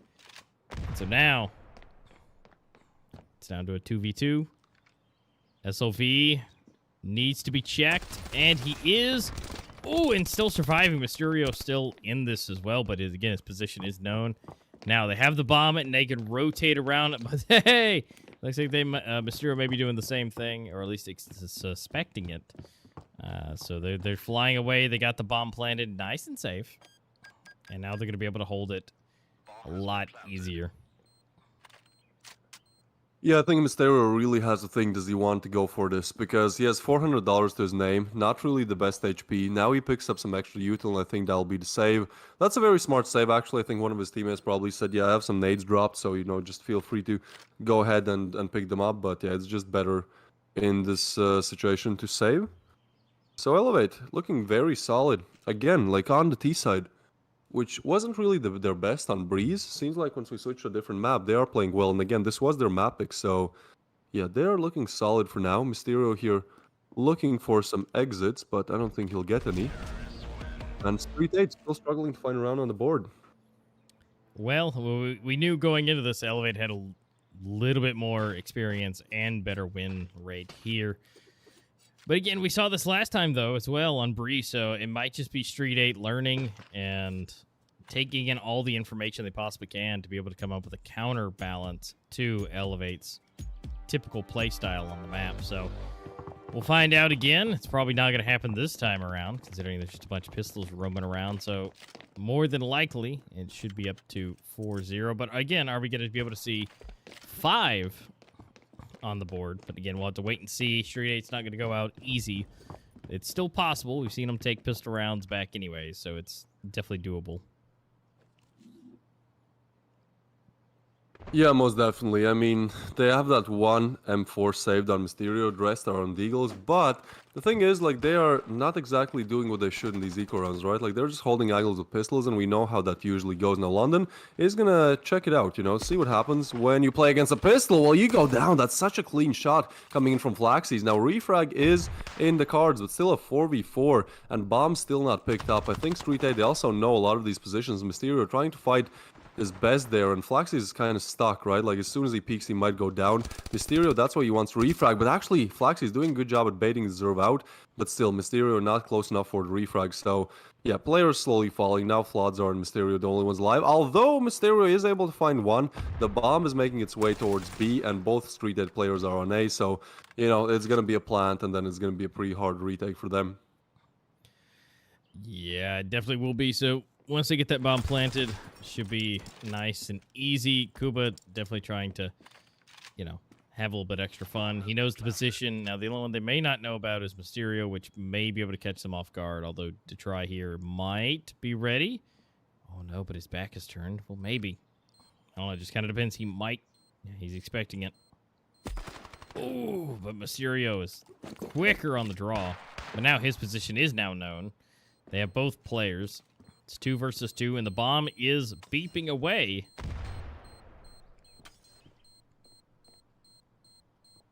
Yeah, I don't know where they're still trying to go for. There's just not enough time. They could have saved those rifles, and yeah, they just get completely shut out. Both angles watched perfectly by both Team Elevate players, so yeah, they take those rifles out of the hands. I mean, sure, they're now able to buy everything they want. That was a huge eco that they went on. But at the same time, like, you know, think about next rounds. You'll still need a cash in next round. Anyway, STREETEIGHT are up on 4. I mean, we saw what happened, alright? We saw what happened on Breeze. Elevate were up 5-1 and they lost. But again, very dominant early game performance here. Yeah, and again, will STREETEIGHT be able to figure out this kind of gameplay and strategies that Elevate has? I mean, Elevate's been pretty good at keeping it switching up a bit.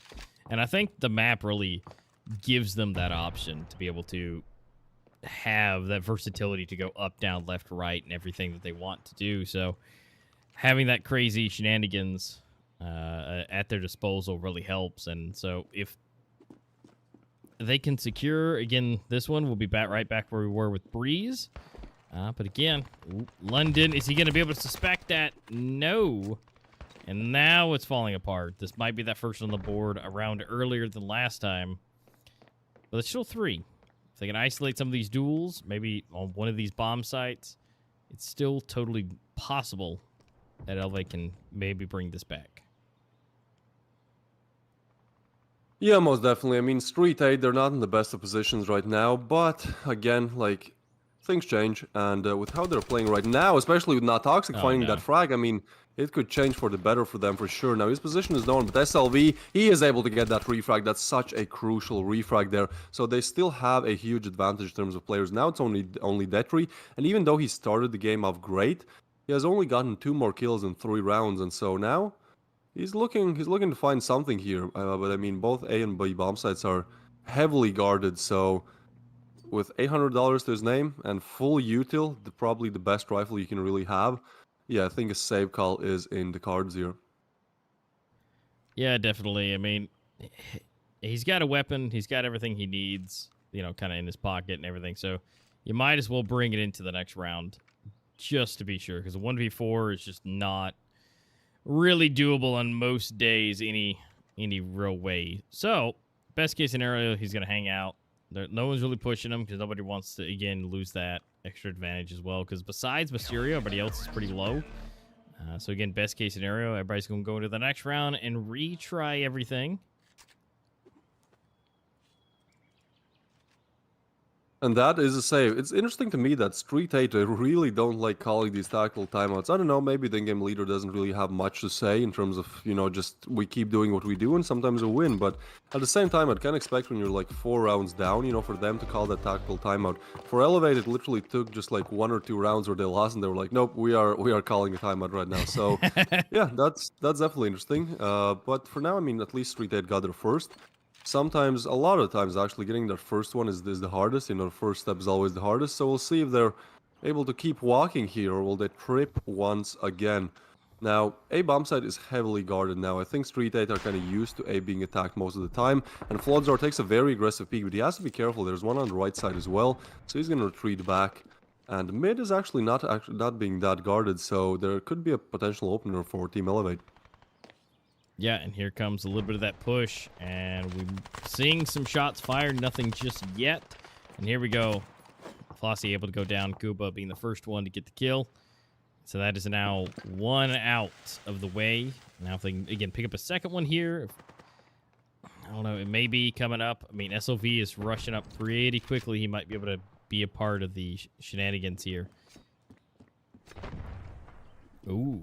But Mysterio and SLV actually with that grenade opening it up. But again, they still got to worry about Kuba if they haven't done anything with him just yet.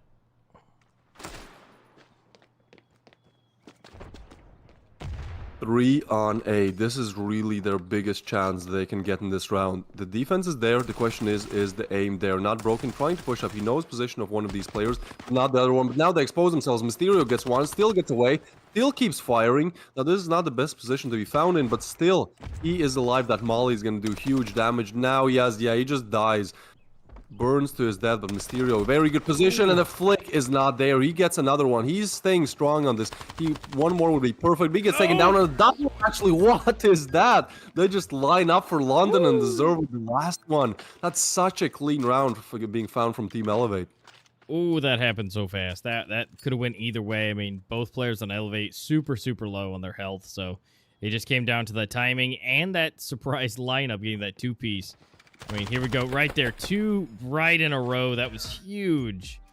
Huge game of chance that just happened into their favor. So now Elevate up to 5. STREETEIGHT on 1. Again, they may have been able to struggle to get that first one, but they're still not gotten the second one yet. So we're still working on that. Not everything in the best case scenario. They definitely have their armor that they need, but they still got to work their way up with what they have to work with. Now, Not Toxic able to get the first one, but now the position's known. Now, if they want to go flying over to A again, there's only, 2 people over there. Probably best case scenario, they're literally stacked. Yep, on top of each other. I mean, we'll see how that gimmick play works, but it's great to see that STREETEIGHT are actually going for these gimmick plays, going for that as we saw that B-long push, because, if you do the same thing and you lose, try something else. What's going to happen? You're going to lose? Well, yeah, that's already happening, so it's great to see that STREETEIGHT are actually changing things up. What is this? He just pushes through the smoke and Death Tree in the Zero with another 2. STREETEIGHT getting absolutely dominated on that site. Now there's 2 players left alive, and at this point it's like, well, yeah, we kind of need to go for this because we desperately need a round. But again, it's a 2v4. Elevate doing such a good job. Now there's one. That's something that they need, and 2 more players, Deserve and Kuba, are low. Some util, some mollies, so just 1 shot to the kneecap and they are down. So this is definitely possible, but that peak is just superior, and they know where SLV is. Gets taken down through the smoke. Death Tree playing again very good. 7-2, 3.5 KD on Death Tree, and that is Elevate advancing to the 6th round. Wow. Yeah, no, Kuba just did the big brain 360 no-scope jump through that smoke and made such a huge impact. So now, Elevate in a super good position, 6-1. I mean, by all means, STREETEIGHT could be bringing something back, but it's not going to be this round more than likely. Flying up into just pistols, it's not looking too good. I mean, we're looking at a 7-1 score line if STREETEIGHT cannot secure themselves some weapons this time. Yeah, I mean, look at the buy as well. Somehow Mysterio is able to find something with that pistol, and Flodzo with another one. Alright, now we're talking. Now it's possible, but Nay just rains right back, and Death Tree is able to find another. Death Tree is really playing great in this game, so now it's all left and Not Toxic. It looked possible for a second, but honestly, like, 1 Deagle against 3 players, armored rifles, it's going to be very hard. He exposes his position as well, so probably going to get naded, flashed, just smoked, everything mollied out, everything he can do, and he's getting pushed as well. He is able to find a frag, and another one. What is that from Not Toxic? That's absolutely insane. He still has time. He can pick up a weapon as well, not broken. 1v1 against Not Toxic. He knows where he's coming from, and again, that superior positioning really comes in and Elevate, shut down the 1v3. But that would have been such a cool 1v3 to play. Yeah, that was just so close. But again, it's something about that. Some of those positions that don't get checked, that's down to that 1v1. Now, it wasn't, match point like we saw last time, but, ultimately, you got to check your spots, even if it's in a little bit of a urgent scenario. But now, with that in mind, Elevate is now up to 7-1. STREETEIGHT has bought up again. Let's see if they have any better chance this time around than previous ones. So they're Yeah, gonna try most and do definitely. I some of those mean, cheeky spots. there's really one round left for Street 8 to really do anything here, and it's not looking the greatest, right? Like, Elevate are just shutting them out every single round. Granted, there's still 4 players left, but with the A bomb site looking like that's where the attack is gonna come to, I mean, there's only 2 players there. The rotation is slowly coming in, but London is doing the same. He's pushing up, he's throwing some nades. Still a lot of angles to be checked here. That smoke kind of helping some of these players. And actually, if he peeks, he might get overwhelmed. Oh, he does get one. And Mysterio, he's just not refragging. There you go. He gets one and knows one more is close. He needs to get that frag, but he does not. 2v3 now, and they're able to find one. Okay, 2v2. This is entirely possible to do. Rotation is coming over. Bomb is being planted. Nice smoke there to deny any early pushes. Oh, no. Oh, and not broken. Gets caught off guard. Now it's all up to Deserve. He was great on the first map. 13 on this one, and he finds the first. And he knows where the second one is. Still dancing around, playing around the smoke. 14 bullets in them 4 should be completely plenty. Now, not Toxic pushing up, spots him, but there you go. Deserve wins it out. Gets Elevate on 8 rounds. Street 8 just not able to find anything in this first half. And now again, it's like if they lose the pistol, it's over. It's over. It's like it wasn't the first game. So, yeah, not looking the greatest for Street 8 right now. No, and I mean, that is just so big for them. And yeah, they basically have to take the pistol. I mean, that's all they really have. I mean, they could potentially do a force buy and, take the basically match point, but that's definitely not where you want to be. So, cross your fingers if you guys want Street 8 to be able to have a comeback at all. But if you're an Elevate fan, keep cheering, because it looks like they may be able to take this in 2 and just go ahead and walk away with a tie score line of 1-1 for these teams today.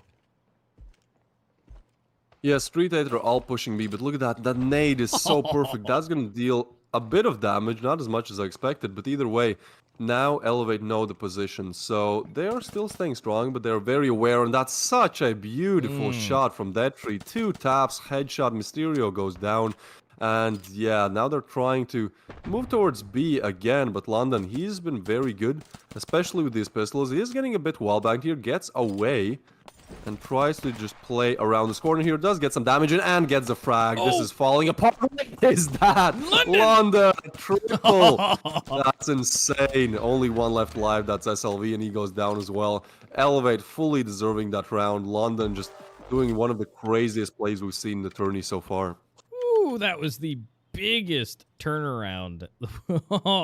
that is some quick flicking. And now Elevate is at 9 and Street 8 is still at 1. And now we're going to see a bunch of SMGs more than likely running out trying to obliterate. Now, obviously, there's going to be a force buy here, so it's not just going to be a bunch of pistols. But with a bunch of MP7s and a P90, this should be fairly decent. Yeah, it's a buy. It's definitely a buy. It's not the best buy, but best bro, yeah, he gets a double. Oh, not like this. The entry as well. And now it's all falling apart, just all getting eliminated in a matter of seconds. And that is Elevate winning the second match. 10-1. That is so crazy. So now both teams have 1 win on the board. I mean, props to Street 8 for still getting a point off Elevate, but, if Elevate play Province as great as they did in their next upcoming matches, I don't know which team can battle them. They looked so solid on it. And again, it can be banned, but Elevate really showing up big time in the second map. Yeah, and for any future teams potentially watching, this is definitely going to be one of those maps you definitely want to get rid of if you're going up against Elevate. That was absolutely nasty. I mean, Elevate did a really good job already on Breeze, but I really did not expect them to be able to do a 10-1. I mean, we said earlier that, it was pretty bad with INCO. I mean, honestly, I think that was almost worse for Elevate to do that against Street 8. Just because, I mean, Street 8 did so good on Breeze and then just absolutely got the floor wiped with them on Province. So, I mean, props to Elevate for being able to do that and being able to, again, probably have one of the most, or I guess best matches so far already. And potentially for the rest of it, unless someone gets a 10-0, that was going to be really hard to beat. So, congratulations to them and being able to at least secure at least 1 point onto the board for their group. and for themselves. And so, well, that's all the matches we have. I mean, they actually went through that really quickly. So we're gonna look at everything. We're gonna look at some replays. We're gonna look and see where everybody has landed, and obviously we need to find out the scores and who was MVP and all that good stuff. But overall, let's go ahead and check that out. These kills go. I mean, London was so huge in the pistols. This just unbeknownst victor of the pistols. I mean, he did so good in the early stages, and then doing so good into the flip as well. I mean, just the pistols round were just owned by him. Yeah, most definitely. He's very lethal on those pistols, and we saw that throughout his game where, you know, maybe when one player doesn't show up, the rest does. For example, Detri, right? In the first map, he wasn't really doing the greatest. I think he was like 3rd or even 4th on scoreboard, but he really showed up big when it mattered on Province. You know, he got those impact frags, he got those crucial frags, and honestly, STREETEIGHT just had no way to approach this attack that Elevate were cooking up every single round, right? So, yeah, it's surprising. It's definitely surprising that they're able to get 10-1 scoreline, but I mean, it kind of explains why they have that 80% win rate on it. Now, if we look at the ratings, yeah, second match not really going that well for the side of STREETEIGHT. Highest rating for them is 0.75. On the other side, we have Detriment 2.95 rating, almost 3 rating. That is hard to do. That's definitely hard to do. But yeah, Mysterio was actually the best player, which is, I mean, they didn't really play that well, but he was like bottom fragging on Breeze, so it's good to see that at least, you know, he showed up, but they definitely needed way more than that to win it out.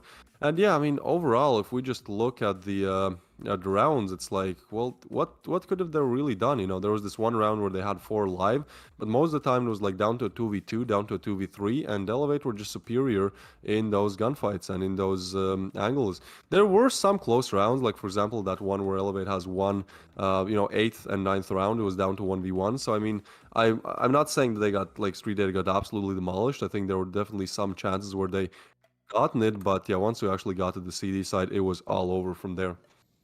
Yep, it definitely was. And just they did a phenomenal job regardless. And both teams gave it their all. I mean, STREETEIGHT just may not play Province very much. So maybe that's something that they at least now can work on. But I mean, right now, here's your score line.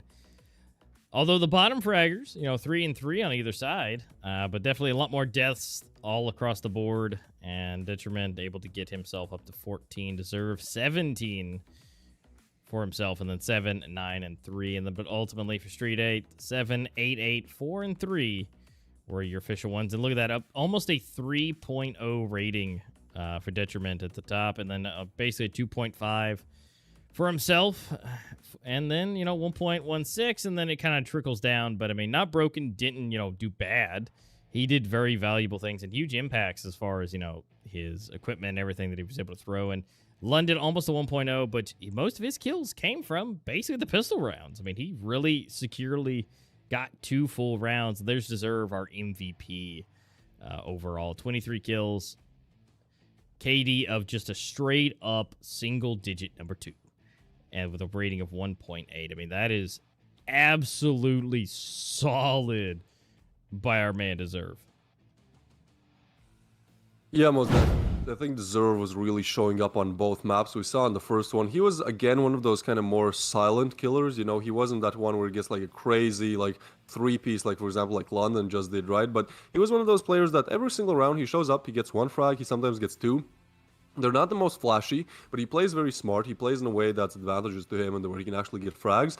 And, you know, they stack up over time. And then you look at the end of the game, you're like, wait, this guy, like, I saw some clips from him, but I didn't expect him to be that good. Well, yeah, because he's just constantly performing every single round. You have a lot of players who are very flashy. You know, you have a lot of players who are very, like, you watch them and you're like, oh my God, he's so good. But the thing is, they get those rounds where they get like a crazy quad or a crazy triple, and then they stay silent rounds. There isn't really a better approach. It's more just about the game style. But yeah, Deserve definitely deserving that spot of the best player. Now, if we look at today's results, we can see the first game, yeah, INCO. I mean, kind of coming close in that second game, but not really. And so they have so far 1 game played and 0 points. And Saints and Death or Glory are sharing the first spot with both winning both their games. Then we have Revile and INCO. So in this group, it's more like, you know, these are the two favorites. And then, I mean, Revile is also a team to not underestimate by any measure, but for now, they have 0 points. If we look at the other side of things, it's actually everyone on one. So two completely different groups. And with this being the harder group, like again, with Noobs really showing up yesterday, this is going to be interesting, right? Because after the first 2 days, everyone is on 1 point. And honestly, I couldn't put my finger on like one of these teams being better than the other one. I think Elevate performed really well today. I think they could be one of the favorites for, you know, for the best team in this group. But at the same time, I think Winstrike really kind of played bad today. Played bad yesterday. So we'll see what they're able to do on day 3. So yeah, that Group B, it's starting to look very competitive. In Group A, for now, we have our favorites, but in Group B, it's just like everyone is struggling for kills, rounds, points, just anything to get them over that edge. And I think another thing to notice is that like INCO lost like. Because the wins and losses were so crazy today, like 2 games where it's like 10-1, it's like the round balance is going to be very interesting, right? Because, well, if the two teams are on the same points at the end of the group stage, at the end of these 6 days, because the group stage ends on the 11th of June, it's like, well, if you have the same points, but you don't get to the playoffs because you lost the map like 1-10, that's going to be heartbreaking, right? So that round balance is going to kick in, you know, anytime soon once you actually get to the later stages of the group. And see, I agree. I think Elevate certainly right now is primed to be kind of the #1 in the group. And now Winstrike definitely has a chance. You know, that first day blues, you know, the butterflies may have come into play. But if Winstrike can bring it back like we know they can, then that's going to be a little bit different story. But the next schedule for tomorrow is already out. So we're going to see Elevate versus Noobs, which I think that's going to be a really, really good play for that. And then we're going to have Revile versus INCO, and honestly, I think that's a good play. I think that's a really good game for them to kind of reset themselves. Revile definitely going to have a good chance to redeem themselves, and same for INCO, because INCO was looking fairly decent at the end, but now they get a chance to reset everything. Now, remember, that's going to be 16 and 17:30 Moscow time. So, guys, make sure you have that on your calendar, your time, your alarms, and you're subscribed for that as well. So that's what our matches will be for tomorrow. So be sure to stay tuned. We'll be back for some more fun, and it's going to be some good times and some good redemptions. But honestly, I think that first game is going to be absolutely nuts. So you do especially want to tune in for that first one.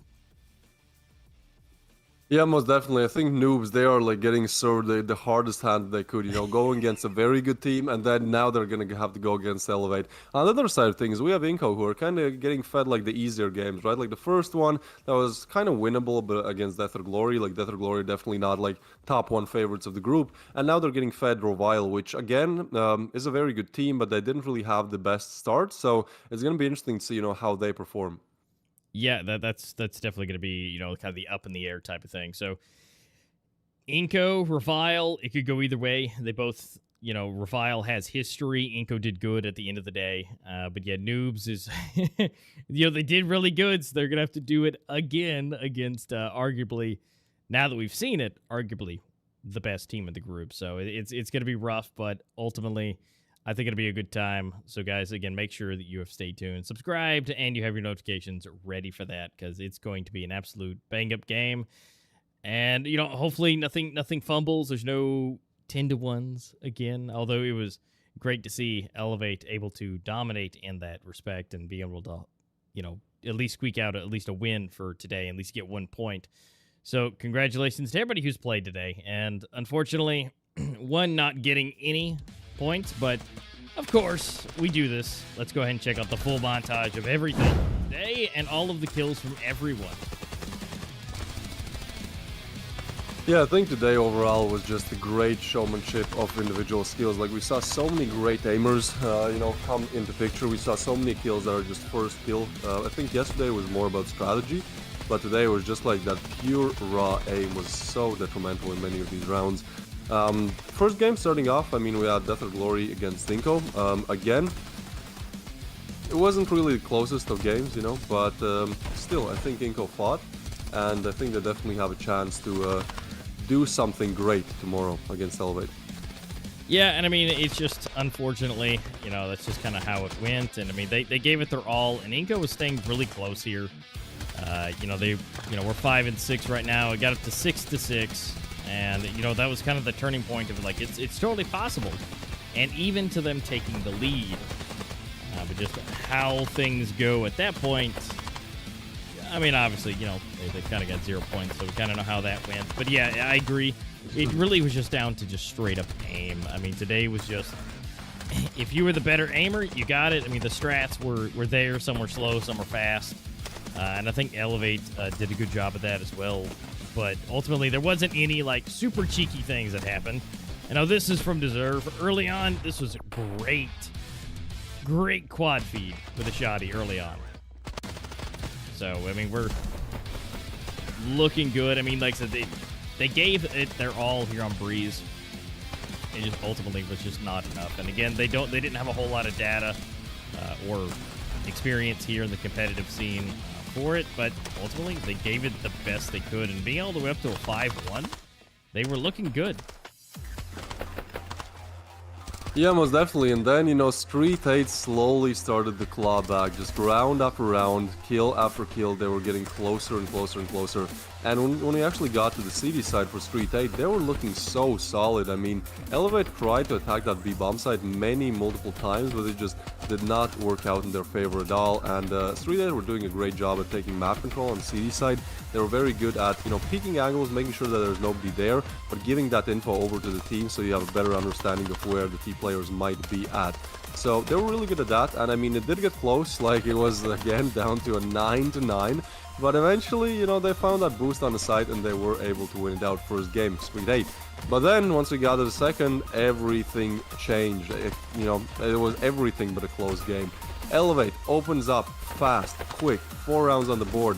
STREETEIGHT, they maybe find one, but that was pretty much it. There was just nothing. There was nothing they could really do. They found this 5th round, which is kind of an offhand round where, you know, just weird things happen. I mean, there were some good attempts at clutching, for example, like 1v3 turned 1v1 with a Deagle, but ultimately, yeah, I mean, you could just see that Elevate were better prepared. You know, their strats were better, the way how they executed bomb sites was better, and so ultimately they won it. So, yeah, props to them. And again, this London play is just absolutely insane. Gets a triple, second one on the flip, like that, just hard to do. And yeah, here are the data results. So INCO going down without any points against Death of Glory, and then STREETEIGHT and Elevate going toe-to-toe. The first game, STREETEIGHT getting a point, and then Elevate just absolutely running them over on the second game. Here's the schedule for tomorrow. Again, we're gonna have Elevate versus Noobs. Pretty hard game for Noobs, but a very interesting one, as they play like they played in the first game, in the first best of 2. And then we have Revile against INCO. Now Revile, they have some work to do, you know, but INCO, I think, definitely not the favorites here. No, definitely not. So we'll find out. The redemption round will be match number 2 tomorrow, and the most explosive game that I'm predicting will be the first one with Elevate versus Noob. So, guys, we appreciate you guys hanging out with us. Ultimately, that is it for us today. All the matches have been done, all the replays have been played, and all the points have been given for day 2 here for the majors with Standoff 2. We'll be back tomorrow with some more crazy matches. So make sure, again, you're subscribed. You've done everything you need to get notified, because we'll be back with some more of those for you guys to watch, enjoy, vote, and be able to maybe make some predictions. So I've been A-Master. That's been Twist. We've had a good time. Hopefully you guys had too. And we will see you guys here tomorrow. See you guys tomorrow.